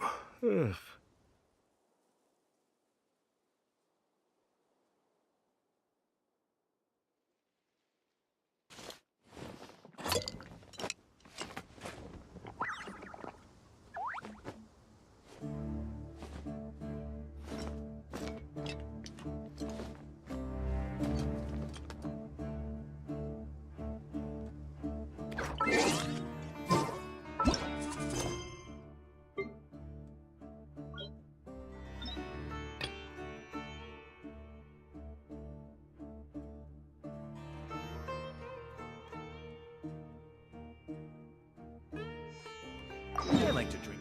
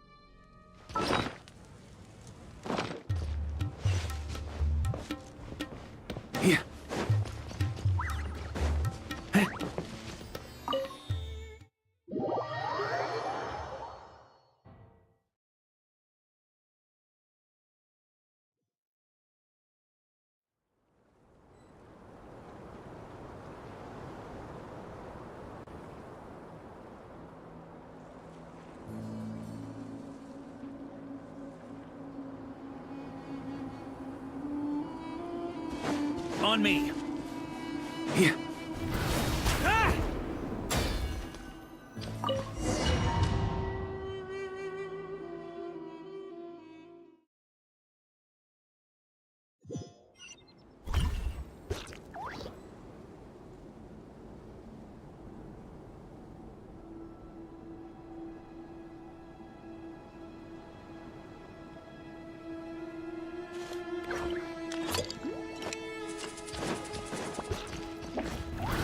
Try to keep up.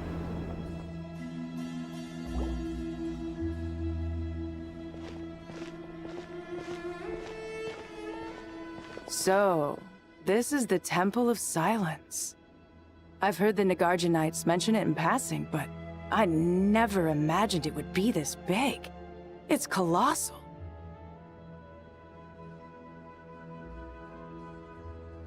I thought the temple moved to the rainforest ages ago. When did they scamper back into the desert?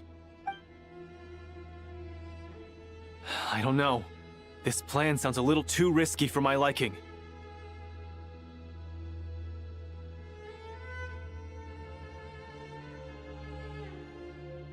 Even in King Deshret's day, this was experimental technology. We have no idea what could happen. Well, unless you know of another viable alternative for the Akasha terminal, I'm afraid this is our only option.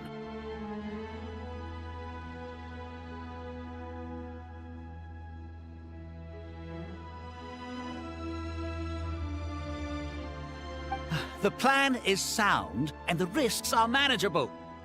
However, if we are to proceed, we must act quickly. The scale of this project is enormous. Even with Kaveh, Faruzan, and every other scholar of mechanics working on it full-time, the proposed modifications won't happen overnight.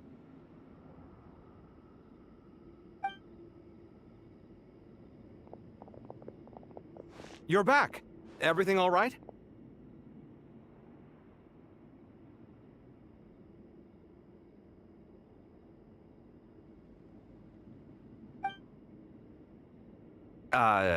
And who are they?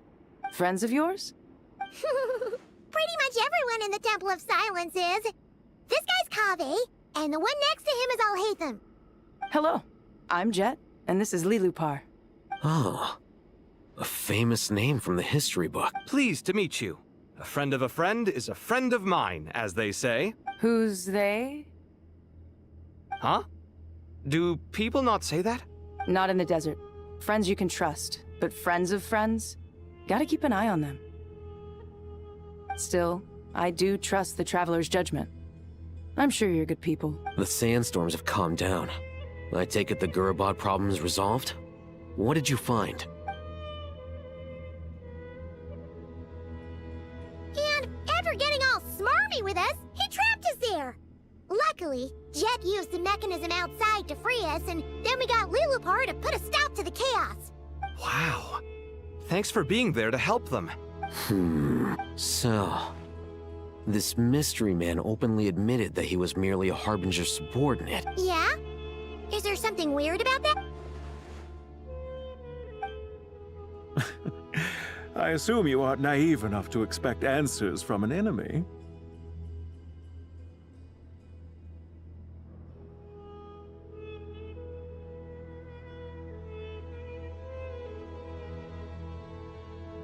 Well deduced.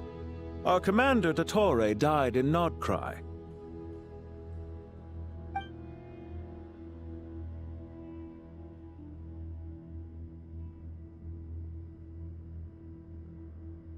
Are you wondering about his true identity? Or do you think there's a big conspiracy behind all this? I wouldn't go as far as to call it a conspiracy. Just the simple fact that having someone to shift the blame on tends to prove useful, should trouble come knocking later. The most important thing for now is to solve the immediate problem. Perhaps that man knew you wouldn't have the resources to investigate his background and so didn't put much effort into disguising himself.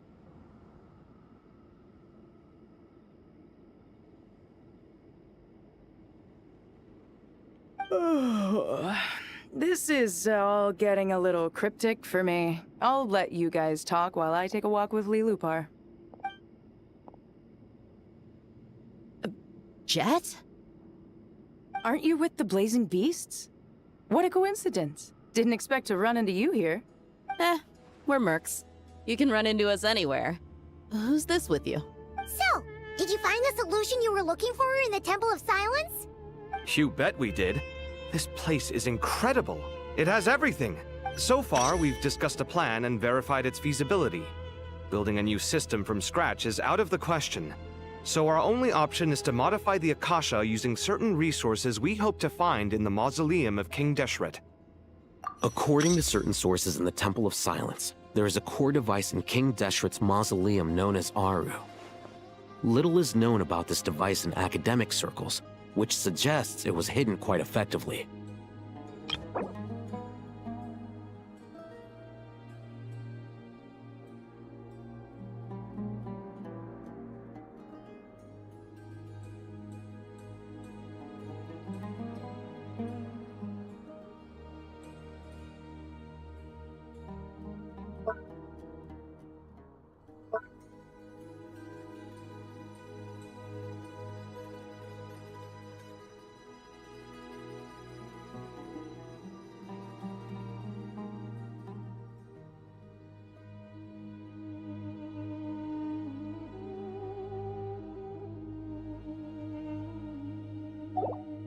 If these sources prove correct, the energy contained within Aru may be sufficient to power our Akasha renovation plan.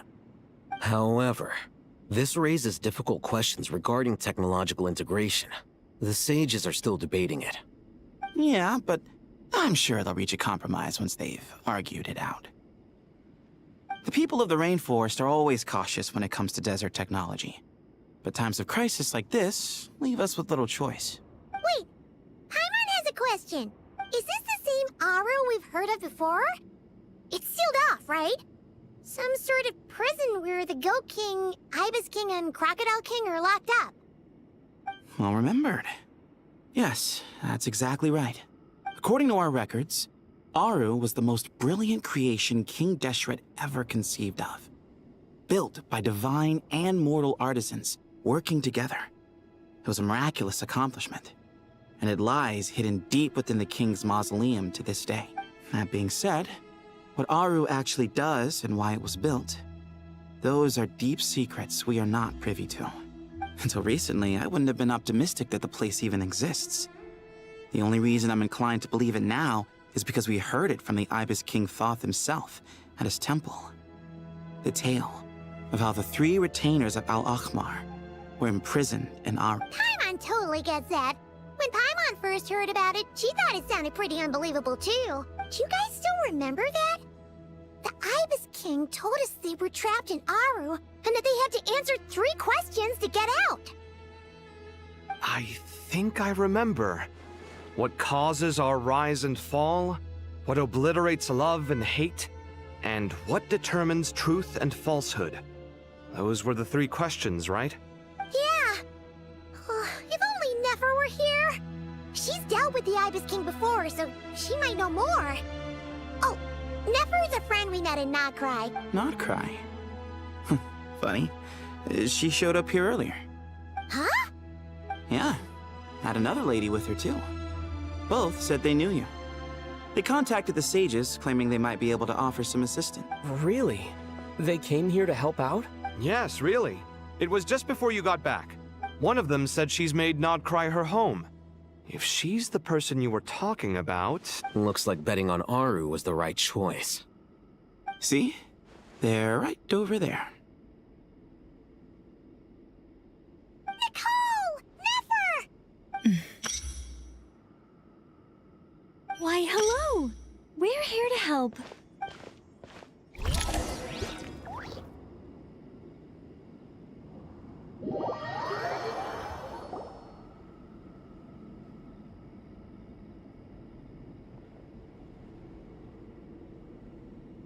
It's a good thing we left early. We almost got locked out. Locked out? What? Oh, you haven't heard? An invisible barrier has appeared around Sumeru's borders, cutting off all travel in and out. No one can leave and no one can enter. Sumeru has become a lonely island. Are the Fatui behind this too? Actually, no. This has nothing to do with them. I suspect it's a defense mechanism within Irminsul itself. Irminsul is the source of Tevat's ley lines after all, and Sumeru is the nation closest to it. I imagine this function was put in place to seal the entire region off in the event of serious damage, preventing the disaster from spreading to the rest of Tevat. It may have been implemented long ago. But doesn't that mean that the people here won't be able to escape to other nations if the anomaly keeps spreading? Currently, that does appear to be the case, which is precisely why I am here. This is a critical moment for the world, and Sumeru is the eye of the storm. Paimon's surprised you managed to convince her to come back to Sumeru.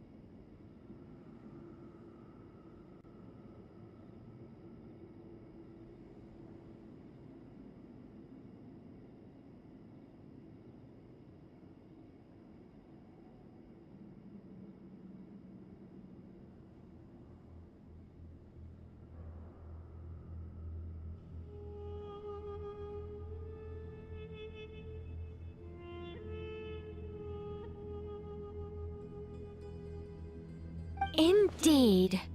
Even for someone of my wisdom and eloquence, this tested my skills to the limit.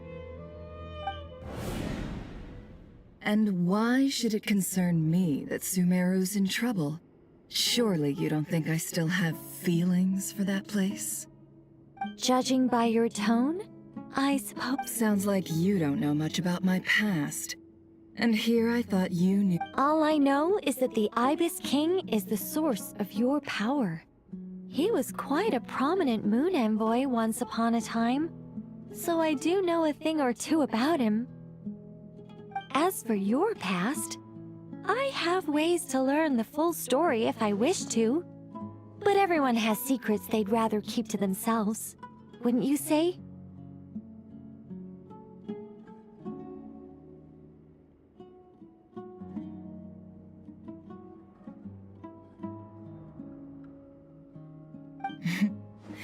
I'm glad you see it that way, Miss Nicole.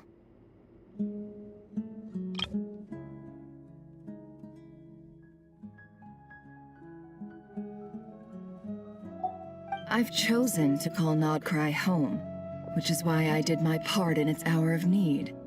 That doesn't mean world savings become a habit with me. I have no particular desire to play hero in Sumeru, thank you. I understand. Human emotions do not appear and disappear without cause. There is always a reason to be found behind both salvation and destruction. Still, if time has taught me anything, it's that human emotions are often complex and in conflict.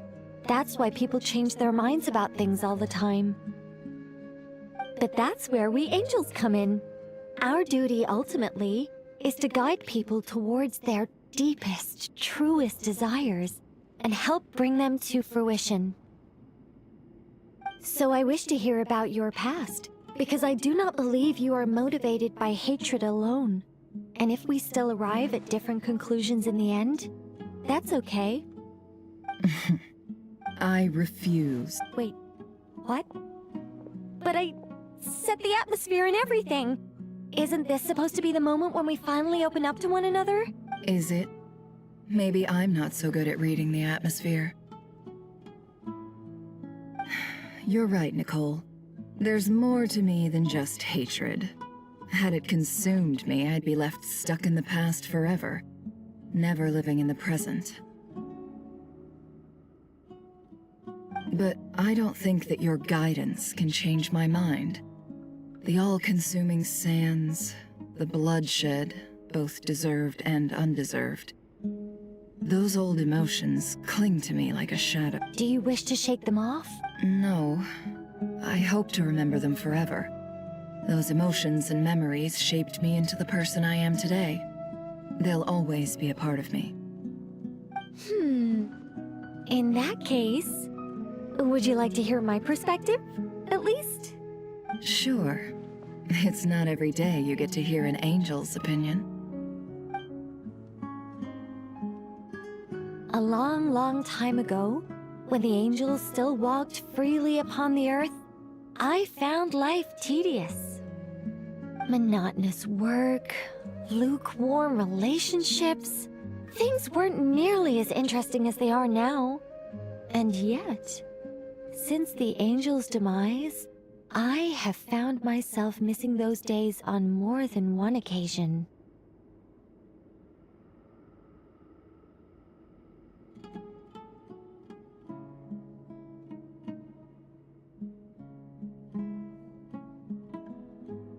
Human emotions are often attached to a person, a place, or an object.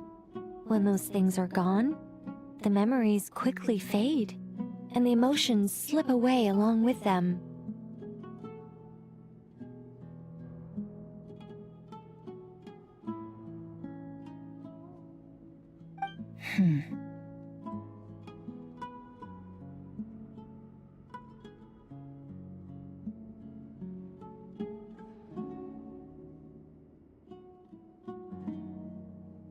If Sumeru were destroyed, both rainforest and desert would be no more.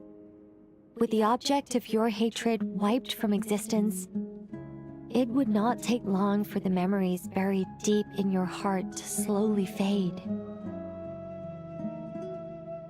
Both love and hate are intense emotions, but they are nothing compared to the void left behind when they disappear.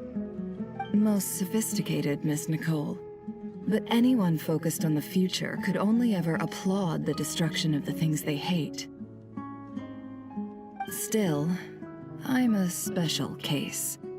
Someone once told me that human memory is more selective than a Mora-hungry merchant choosing between customers. We all need a reality check once in a while, so we don't forget the truth. As much as I dislike Sumeru, this is no way for it to perish. All right, you win. I'll help you out a little, but I won't work for free. How much will you need? You're not gonna milk this for all it's worth, are you? I'll be upfront with you. I don't have much more on me. If that's what you need, I could borrow some from Alice. Or perhaps I could pay in sculptures. The ones I carve are actually worth quite a lot. Just cover my travel expenses. Huh? Is that— That's all. Given all the people I owe favors to, I can just about justify a trip to Sumeru. Yehoda! Here, boss! What do you need? I'm going back to Sumeru for a while. While I'm away, you'll be— Me? I'm in charge? Whoa! Don't worry, boss! And that was how the ingenious Angel Nicole brought you the perfect person for the job in your hour of need. Hip hip hooray! That was far more detailed than necessary. Not lacking in embellishment either. I never thought I'd return. Especially not the desert. But life doesn't always go as planned, I suppose. What's Candace up to? I don't think I've seen her yet. She is still taking care of things in our village. Should be joining us before too long.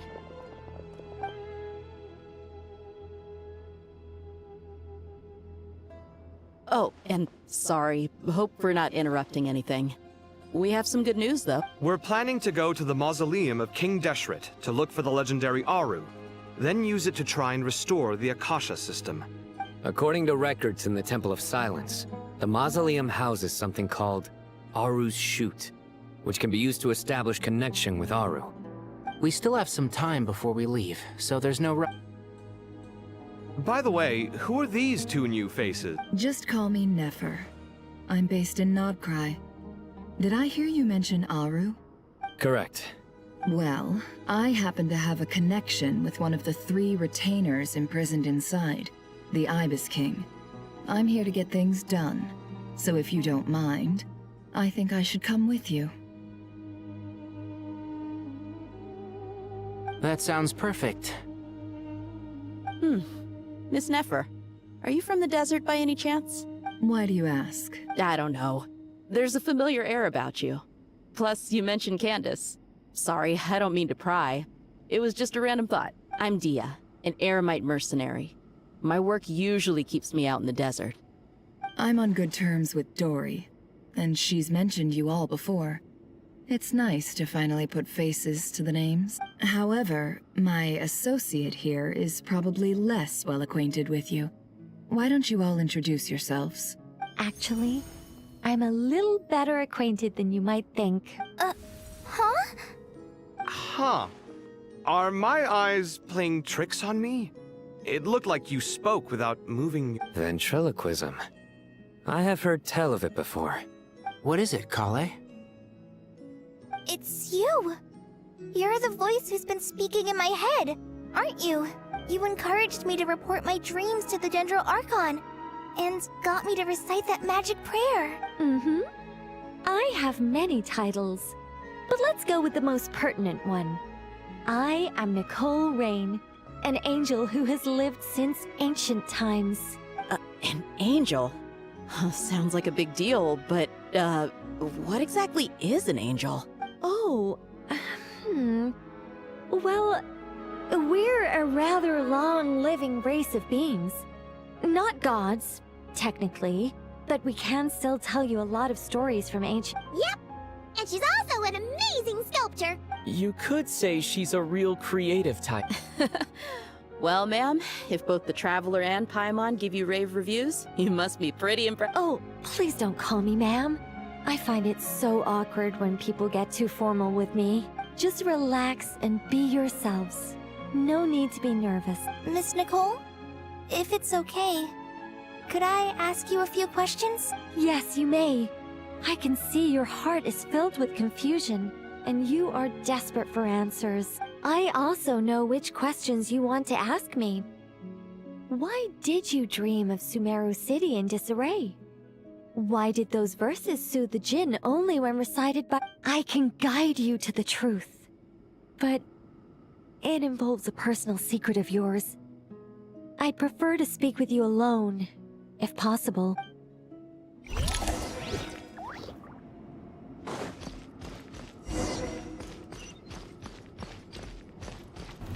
Try to keep up!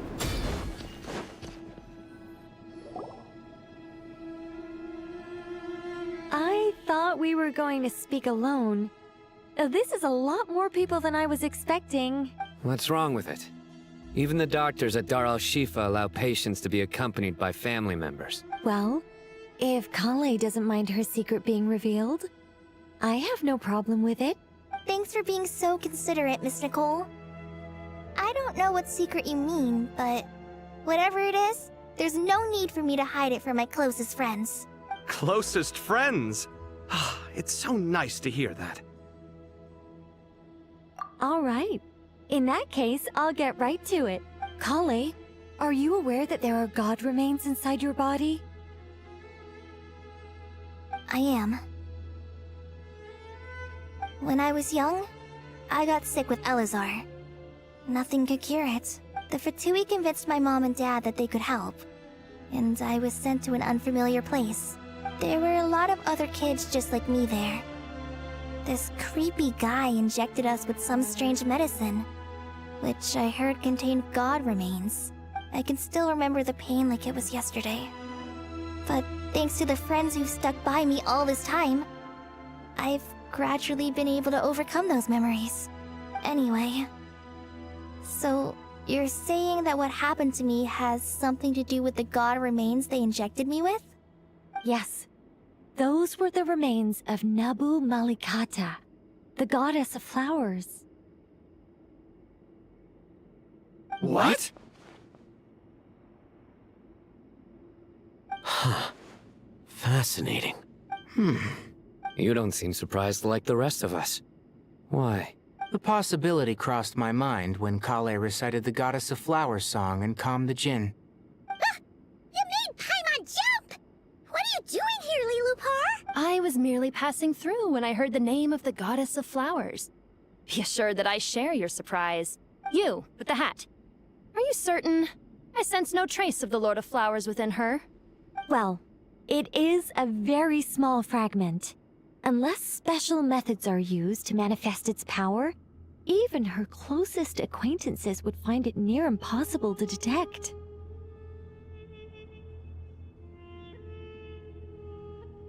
After the goddess passed away, her remains were scattered across the desert. King Deshret gathered all the pieces he could find and buried them in the Eternal Oasis. But some fragments remained unaccounted for. Eventually, the Fatui must have found a way to track some of them down. Presumably for use in some experiment. You're more shaken than I thought. In one sense, you've been extraordinarily lucky. So many people who yearn for this kind of power never attain it, yet you have coexisted with her all this time without even realizing it. I don't know what to say. I'm glad that I could help everyone with this power, really. But knowing that a fragment of the Goddess of Flowers is inside my body is... it's a strange feeling.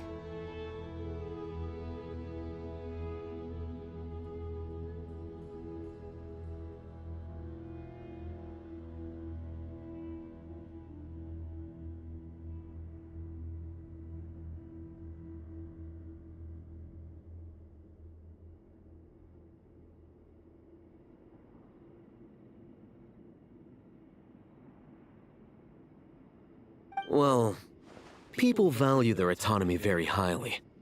Even a well-intentioned intruder can shake one's sense of self. I understand how you feel, Kale. But once you get used to it, you'll find it's nothing to be concerned about. Huh. I guess you, of all people, have a good reason to speak on this. 2 good reasons, in fact. Incidentally, 3 is the maximum number of Hermanubis's Ba fragments that I could bear. Let me...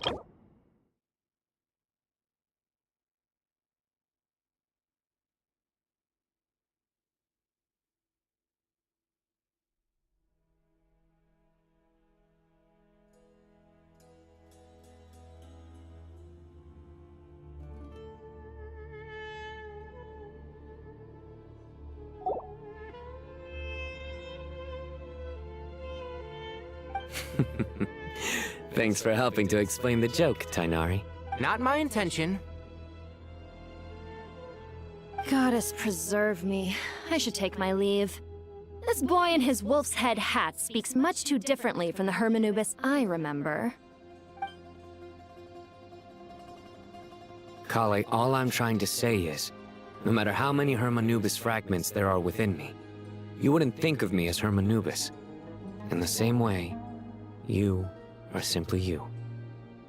Yeah, I know what you mean. So about that dream I had, was it a warning from the goddess of flowers? Yes. Just like me, she was an angel created by the primordial humans, born with the instinct to guide living beings. Though her body and soul have perished, her essence retains its natural instincts. Even her smallest remaining fragments would do their utmost to send you that warning. The Mother of Dreams? Lord of Flowers and Oases? She must have had a premonition. That is why she gave that dream to you. We won't let our efforts go to waste, but I still don't understand. Why me? Yes. Why indeed? You weren't the only one injected with God remains, but only in you have her fragments persisted. I suspect it may be because of the firm will you showed in the face of suffering. She was likely assimilated by that will.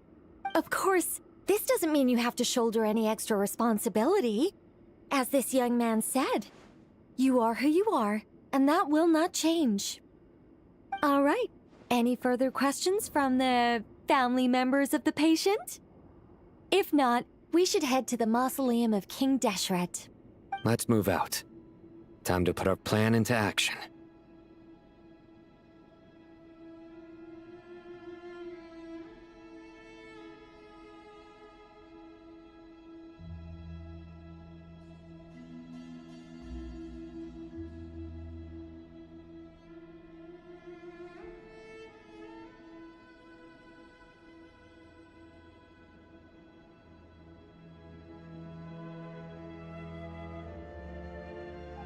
We all hope it'll work.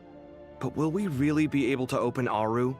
And even if all 7 pillars of King Deshret agree to let us proceed, the scale of the work to follow is daunting to say the least.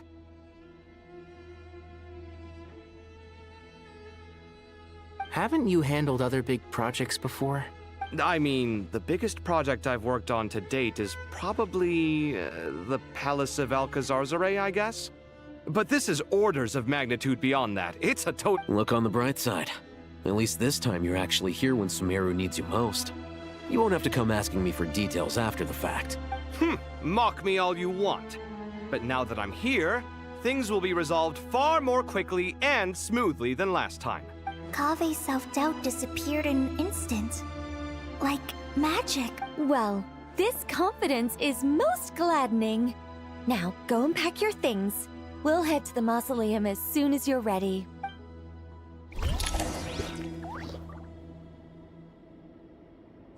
Huh?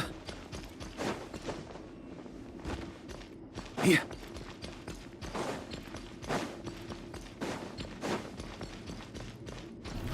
Try to keep up! Oh, Mr. Cole. I heard you're a very talented sculptor. Is that true? Oh, I don't know. I wouldn't want to blow my own trumpet. Honestly, even though Kasharawar is best known for its focus on mechanics, plenty of Kasharawar scholars are quite serious about sculpting as a hobby. So if they rate your work, that's enough for us. We just have to take a look. Who's we? Myself and a few other scholars. Kashif, Daneshvar, come take a look. Oh, well, if you insist, I suppose there's no harm.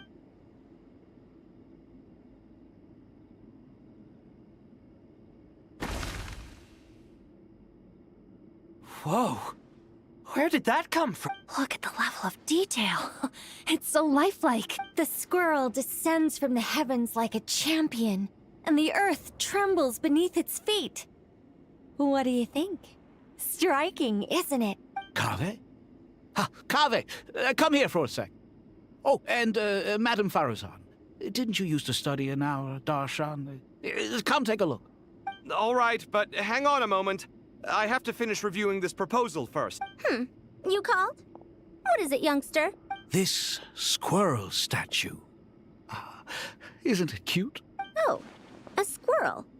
I wouldn't say cute per se. The realism is what stands out to me. Were you trying to carve a statue of a hero, young lady? Oh, a hero? I suppose so. Actually, I didn't really have a specific theme in mind. I just started working on it, and this is how it turned out. I see.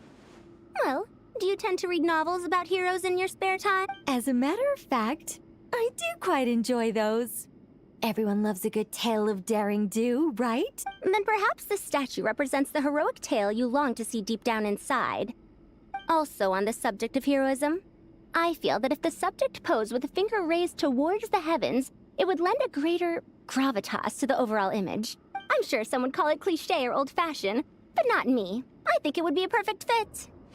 It has a certain classical beauty about it. Kaveh! Sorry, Madame Faruzan, I'm a little busy right now. Don't wait up for me. What a pity. That young man has excellent aesthetic tastes. I was hoping to ask him for his— What a genius idea!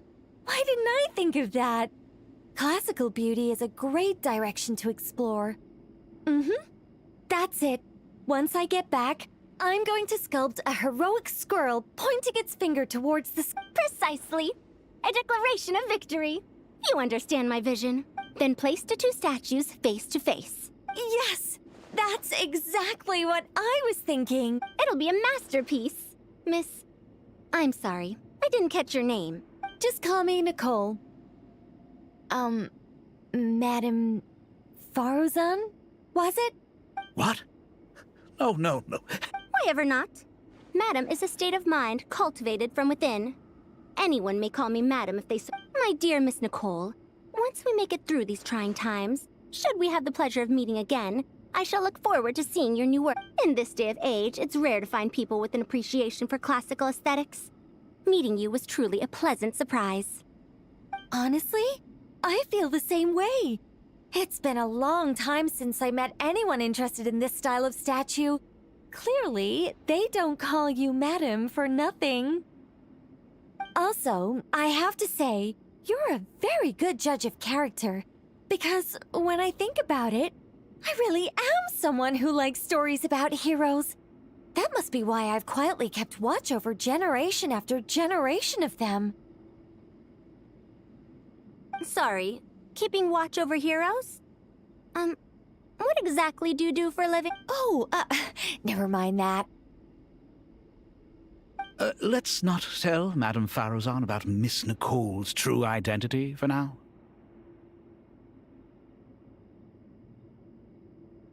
Good idea. Let's limit the conversation to aesthetics.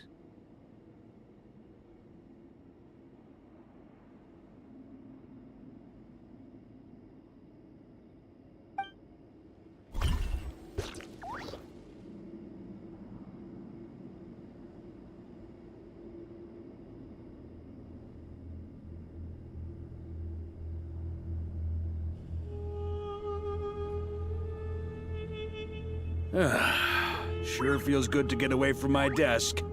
Now, where's a good spot for a nap? Ugh.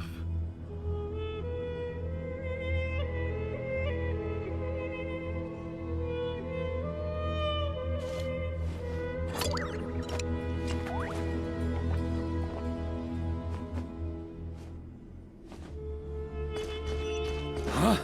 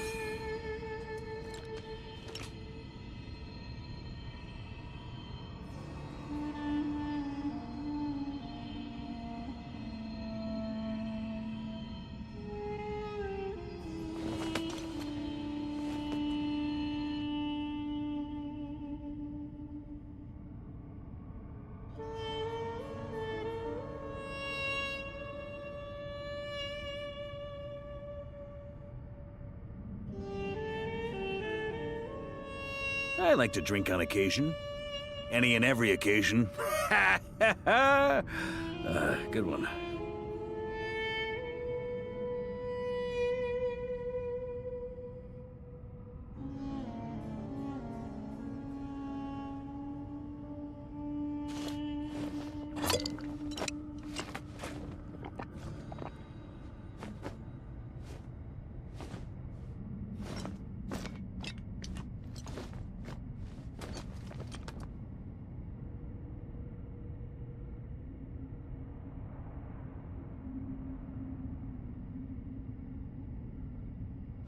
I hope everyone's ready. We'll be arriving at our destination very shortly.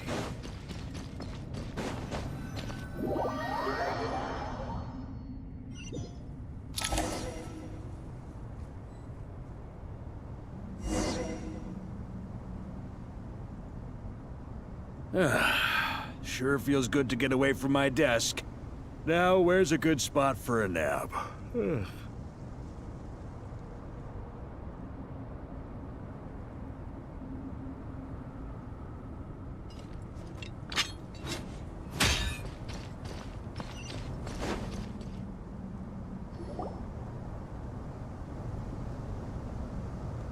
Why, we've not seen so many visitors ever, really. What is this place now, a tourist attraction? Ah, closer inspection reveals many familiar faces. To what do we dusty old fellows owe the honor? Surely you're not just here to chat. You surmise correctly. We are here to carry out a rather enormous project. Ho-ho! Enormous, you say? How large, then? Larger than the gaping void in our lives? Why, you've even put a smile on Goatee and Crocco's faces. All this activity is making for quite the special day.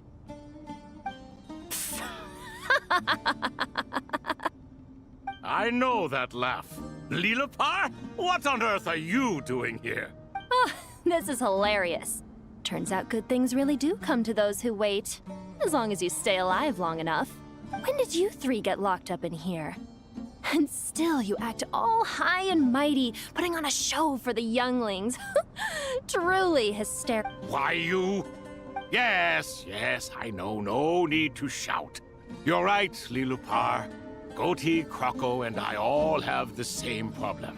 But didn't King Deshret seal you away? How did you break free, and how did you get in here? Who knows? Perhaps you can ask my master one day, should you ever get the chance. Behold, the executioners of old. Some have turned into fragments residing in human bodies, and others are imprisoned eternally, leaving not a single shard behind. It's almost tragic, watching lowly prisoners like you act all self-important. Curiosity gnaws at you, doesn't it? Your interest in the outside world threatens to burst you at the seam. I'm starting to take a liking to this magic bottle lady. Time is of the essence. Let's get down to business. We come to you, O three ancient lords, to request your assistance on behalf of the Academia. If we can help you regain your freedom, then please consider lending us your aid. As for precisely what we need your help with, it's a long story. So, to demonstrate our sincerity, we are prepared to first resolve the problems that plague the three of you.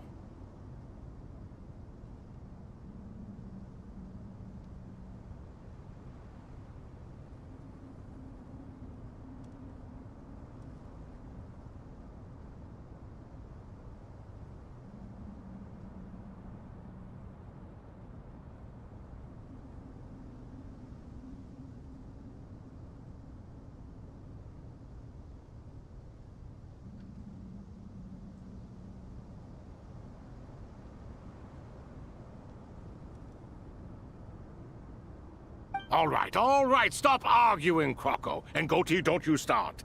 What's the harm in letting her speak? It's not worth getting so angry about. Forget about her. The three questions are the crucial thing here. But do you really have a way to answer them? You once answered the final question, Nefer, but the seal did not open. Unless, with the passage of time, you have found a new answer? You could say so. When you first asked me what determines truth and falsehood, my answer was a liar's soul.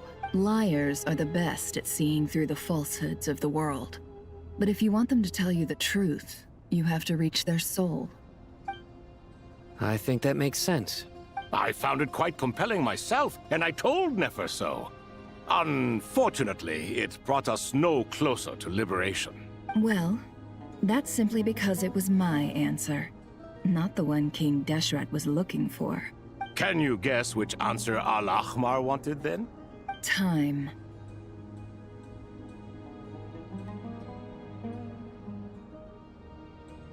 And that's not only the answer to the final question, it's the answer to all three of them.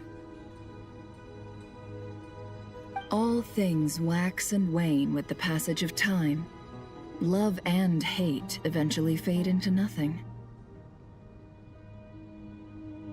Current affairs are always fraught with conflict and controversy. Only time can distinguish between right and wrong.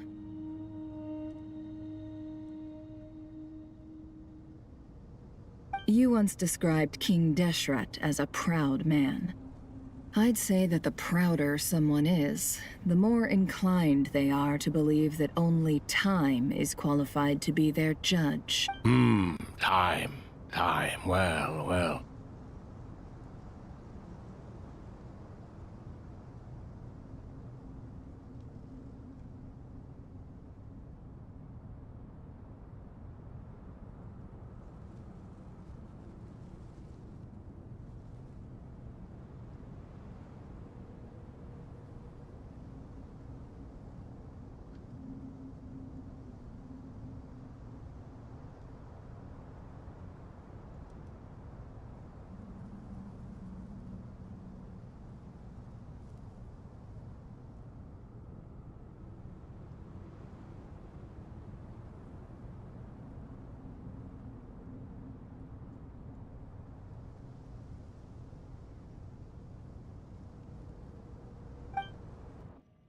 Indeed. Perhaps in building Aru, our king was in fact attempting to reverse time, to bring love and hate, right and wrong, the rise and fall of all things back to their point of origin.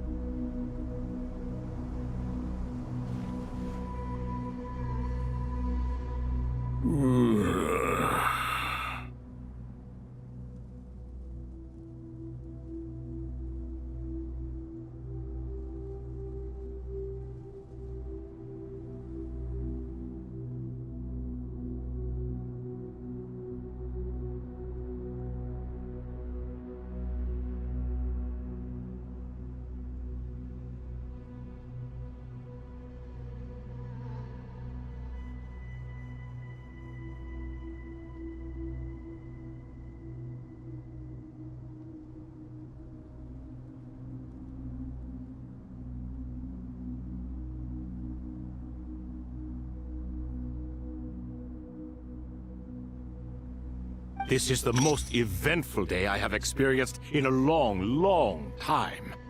You have my sincere gratitude.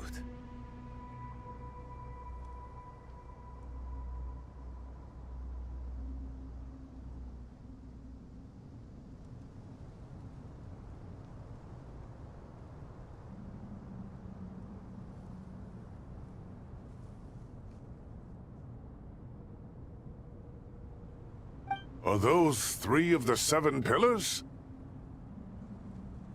Turns out the statues were quite faithful to the source. You 3 seem to be in good Prison can help a person grow and learn to cherish what they have. Nevertheless, after everything you've done for me, I sincerely hope you never have to experience it for yourself. Hello, Nefer. It's good to see you, Thoth, the Ibis King. Nice. Definitely puts my mind at ease, seeing you two getting along so well. Should we maybe introduce ourselves, or... Sure. I'm Sethos, the current leader of the Temple of Silence. This is General Mahamatra Sino, and this is the former Spantamot sage, Cyrus. But I'm guessing none of that means a whole lot to you. Everything is equally new to us, in truth. We've been gone from this mortal world for longer than you can imagine.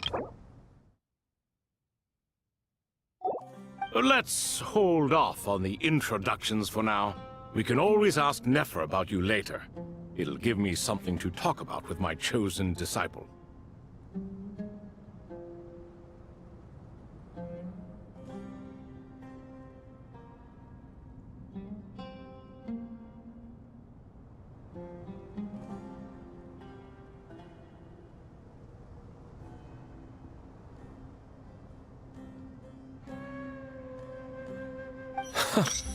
You're like a helpless parrot.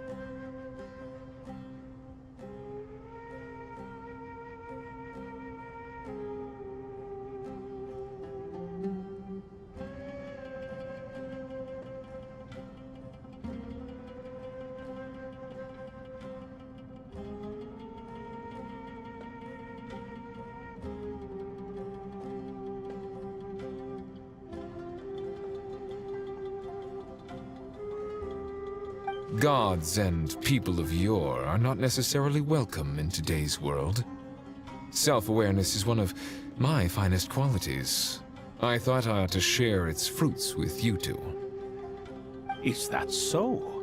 Well, I think we'll take it in stride, just as we did with the 3 questions.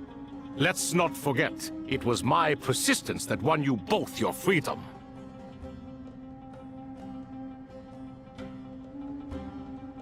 Fair point. I have to applaud your persistence. And I must praise you for your wisdom. Now, state your wishes, young ones. I'm sorry? Why, your tremendous accomplishments deserve a reward, do they not? You must let us do something for you in return. General Mahamatra, what do you think? I won't beat around the bush. Sumeru is facing a crisis the likes of which have never been seen before. And we need your help. Every calamity throughout the ages has been connected to us in one way or another, whether we were its cause or consequence. Whatever is wrong with Irminsul, it severely affected the Dendro Archon. She fell into a coma, and is currently receiving treatment from the Dendro Dragon. The Dendro Dragon? I'm sorry, the Dendro Dragon is helping to heal the Dendro Archon? Not a pep, surely. Not vicious, cruel a pep who possesses no virtues aside from her basic instincts. Ah, good heavens. Oh, I shudder to think what could have caused Lesser Lord Kusanali to suffer such a plight. Still, why would the Dendro Dragon lend you her aid? She has always held nothing but contempt for the Archons. I suppose she and Kusanali must have some history. You can help us make history, too. A smooth talker. Well said, lad. Currently, no one can connect to Irminsul. We hope that by opening up Aru and making some modifications to it, we can use its technology to our advantage. Unfortunately, Aru is an imperfect creation. King Deshret never managed to realize his full vision before his death. Much remains to be done if it is to be pitted against Irminsul itself. Besides, I hear your reasons, but to give Aru up over such would be... The archaeological records clearly indicate that although Aru's construction took a long time, it was not beyond human means to achieve. Modern technology should solve the efficiency issues. We have no choice but to go all in on this. This is by no means a threat. But the only reason we helped you escape from Aru was to gain the necessary leverage to negotiate with you. You asked us to state our wishes, and we have. Each one of us here needs your help, as do all the thousands of people living in Sumeru. They need you, and they need our... What do we think, my fellow old fogies? Shall we lend our support or not? Since you ask so nicely, naturally. Naturally what? Are you for or against? I simply mean we shall do what comes natural. You claim that you wish to open Aru. Know you then that the golden slumber created by King Deshret is preserved within?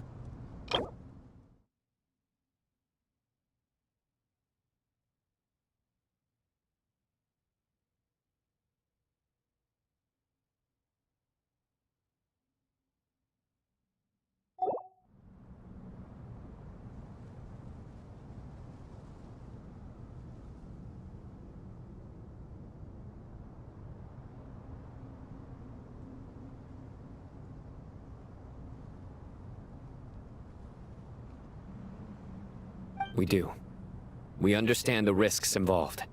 In all likelihood, the mortal world will never again be able to replicate King Deshret's work. Never will there be another chance to come so close to creating a utopia. Knowing this, are you sure of your decision? We are sure. Before people can dream, they must first live. If your minds are made up, very well. We shall summon our erstwhile colleagues to discuss this further.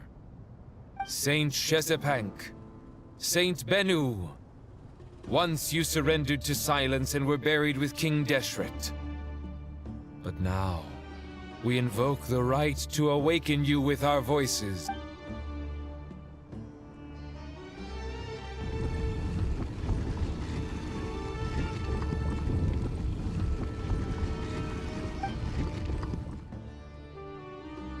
Saint Bennu, responding to your call. 3 kings detected. Initiating autonomous will. Saint Shezepank, responding to your call. 3 kings detected. Initiating autonomous will. Ah, Lord Herreshoff. What a long time it has been. I trust you are keeping well. Then your trust in my well-being has long outlived your physical body. You have always opened with that same phrase, in life, death, and now even beyond. Al-Akmar is long gone. What is the reason for this meeting? You're awake? Good. We are voting on whether to give the people of present-day Sumeru access to Aru and permit them to perform technological renovations. You have the right to support or oppose the motion. Aru is the pride of Al-Akmar. Opening Aru requires the unanimous consent of the 7 pillars. I hope you have a convincing reason to present. Sumeru is currently in the midst of a major calamity. Let us not forget that while Al-Akmar was a stern ruler, he was also a teacher of wisdom. A god without his people shall cease to exist, and King Deshret's greatest wish was to provide protection for his people. Let us then honor our God King's wishes as we consider our decision. I do not mean to mock these proceedings, but what is the point of a unanimous vote when we know that the last of the 7 pillars, the Dendro Dragon Apep, will never communicate with us? This will no doubt surprise your mechanical mind, and I have no intention of trying to persuade you it is true. But Apep is, in fact, healing the Dendro Archon as we speak. Huh? Can someone attest to this? Do we have any proof? I ask the 3 kings. Can any of you vouch for the truth? Naturally, the Ibis King, Thoth. What? It was Thoth's disciples who revealed the truth to us. We need not debate its veracity. Simply let Thoth bear accountability. That way the rest of us may have a clear conscience. Harishef, you diabolical fiend! I awakened our former colleagues for you, supported your opinion, and backed your decision. What sort of fiend would do that? I miss the days when Hermanubis was still around. At times like this, he would offer to take accountability. What are you trying to say? Is my word worth less to you than Hermanubis's? Hypocrite though you are, Lord Thoth, you are humorous in equal measure. How could we bear not to associate with a character such as you? I, Saint Shezpank, approve the Goat King's proposal. Since King Deshret is no more, we shall receive no reprimand for acting beyond our remit. Nevertheless, I sincerely hope that those before us understand the significance of what they intend to do. Remember, the moment that Aru is liberated, the myriad souls residing within the Golden Slumber will return to the ley lines. And once the ley lines flow again, these souls shall in turn be received by Irminsul. To take this step is to bring the perfect afterlife created by our king to a permanent end. We understand that well, and we have decided to proceed regardless. Furthermore, the contemporary human perspective would contend that confining souls in this way is no act of benevolence.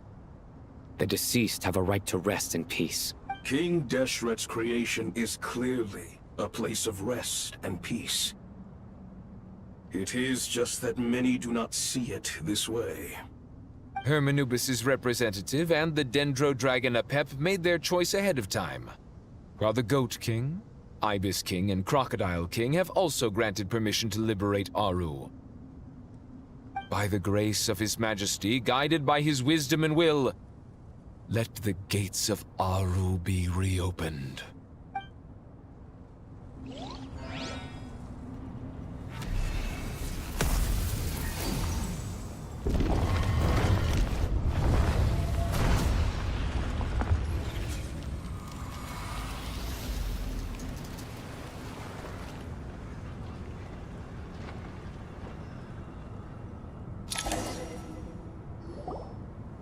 Hey!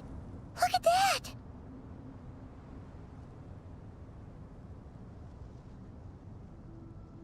What's this? Are we under attack? No. Wait, Here you are. Through the sands of time. I see you.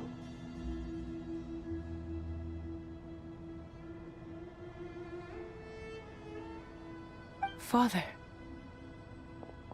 Father, is it really you? It's Chet's father, Jibril! That's right! He entered the Golden Slumber, didn't he? I smell blood and sand on you. You've grown. Strong as a wild beast, and without shedding a tear.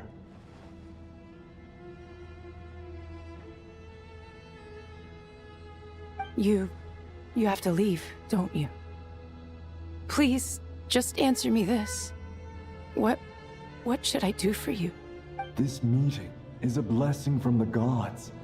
My soul, once imprisoned along with that of Semail, is finally free. I am truly grateful for the chance to see you again.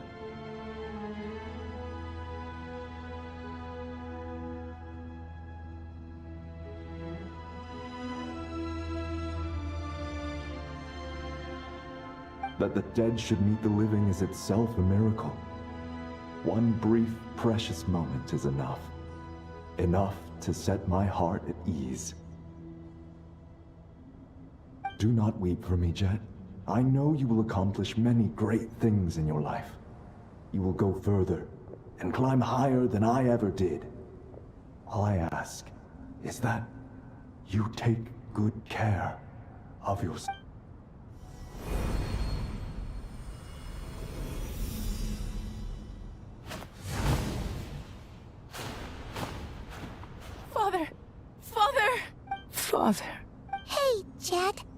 Do you want something to eat? I'm fine. Thanks, Paimon. It was just a little sudden. The chance to see my father again meant the world to me. He was trapped in the golden slumber for our sake. And now, after all this time, he can finally rest in peace.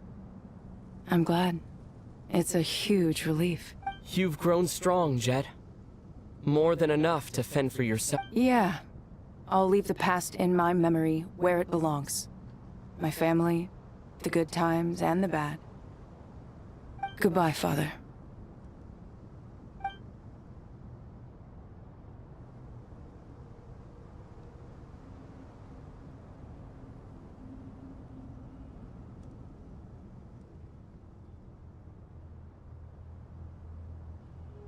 Ah, me, what a touch.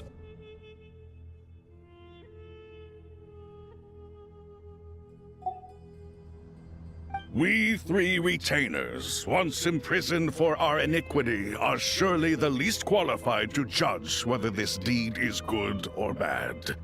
Either way, Aru is open. Now you have your opportunity, and with it, whatever trouble may ensue. Although Aru was created by a god, human craftsmanship was nevertheless required to build the gate that connects it to this world. Perhaps the relationship between gods and humanity follows a similar principle. As for your proposed renovations, we cannot determine which functions to keep or discard. Proceed as you see fit, but please entrust the task to your most accomplished scholars, or Bennu will be most displeased. It matters not. The Ibis King shall be accountable if any problems arise. Ibis, you chose to take on disciples, and so it follows that you must accept the risks of associating with humans.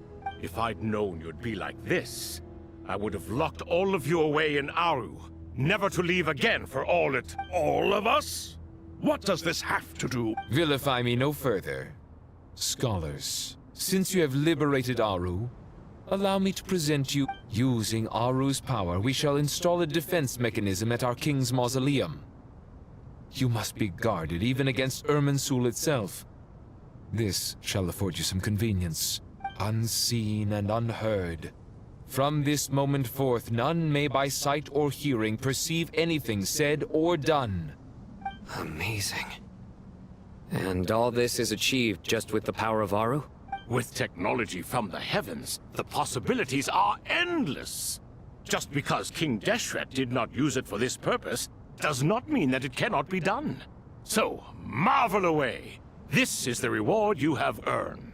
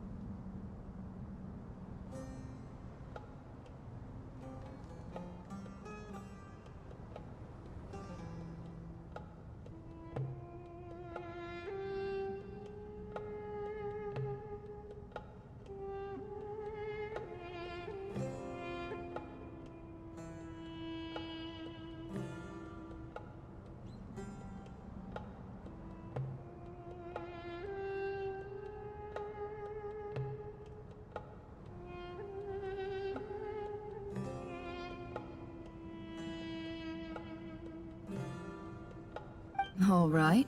Well, that resolves the issue of confidentiality.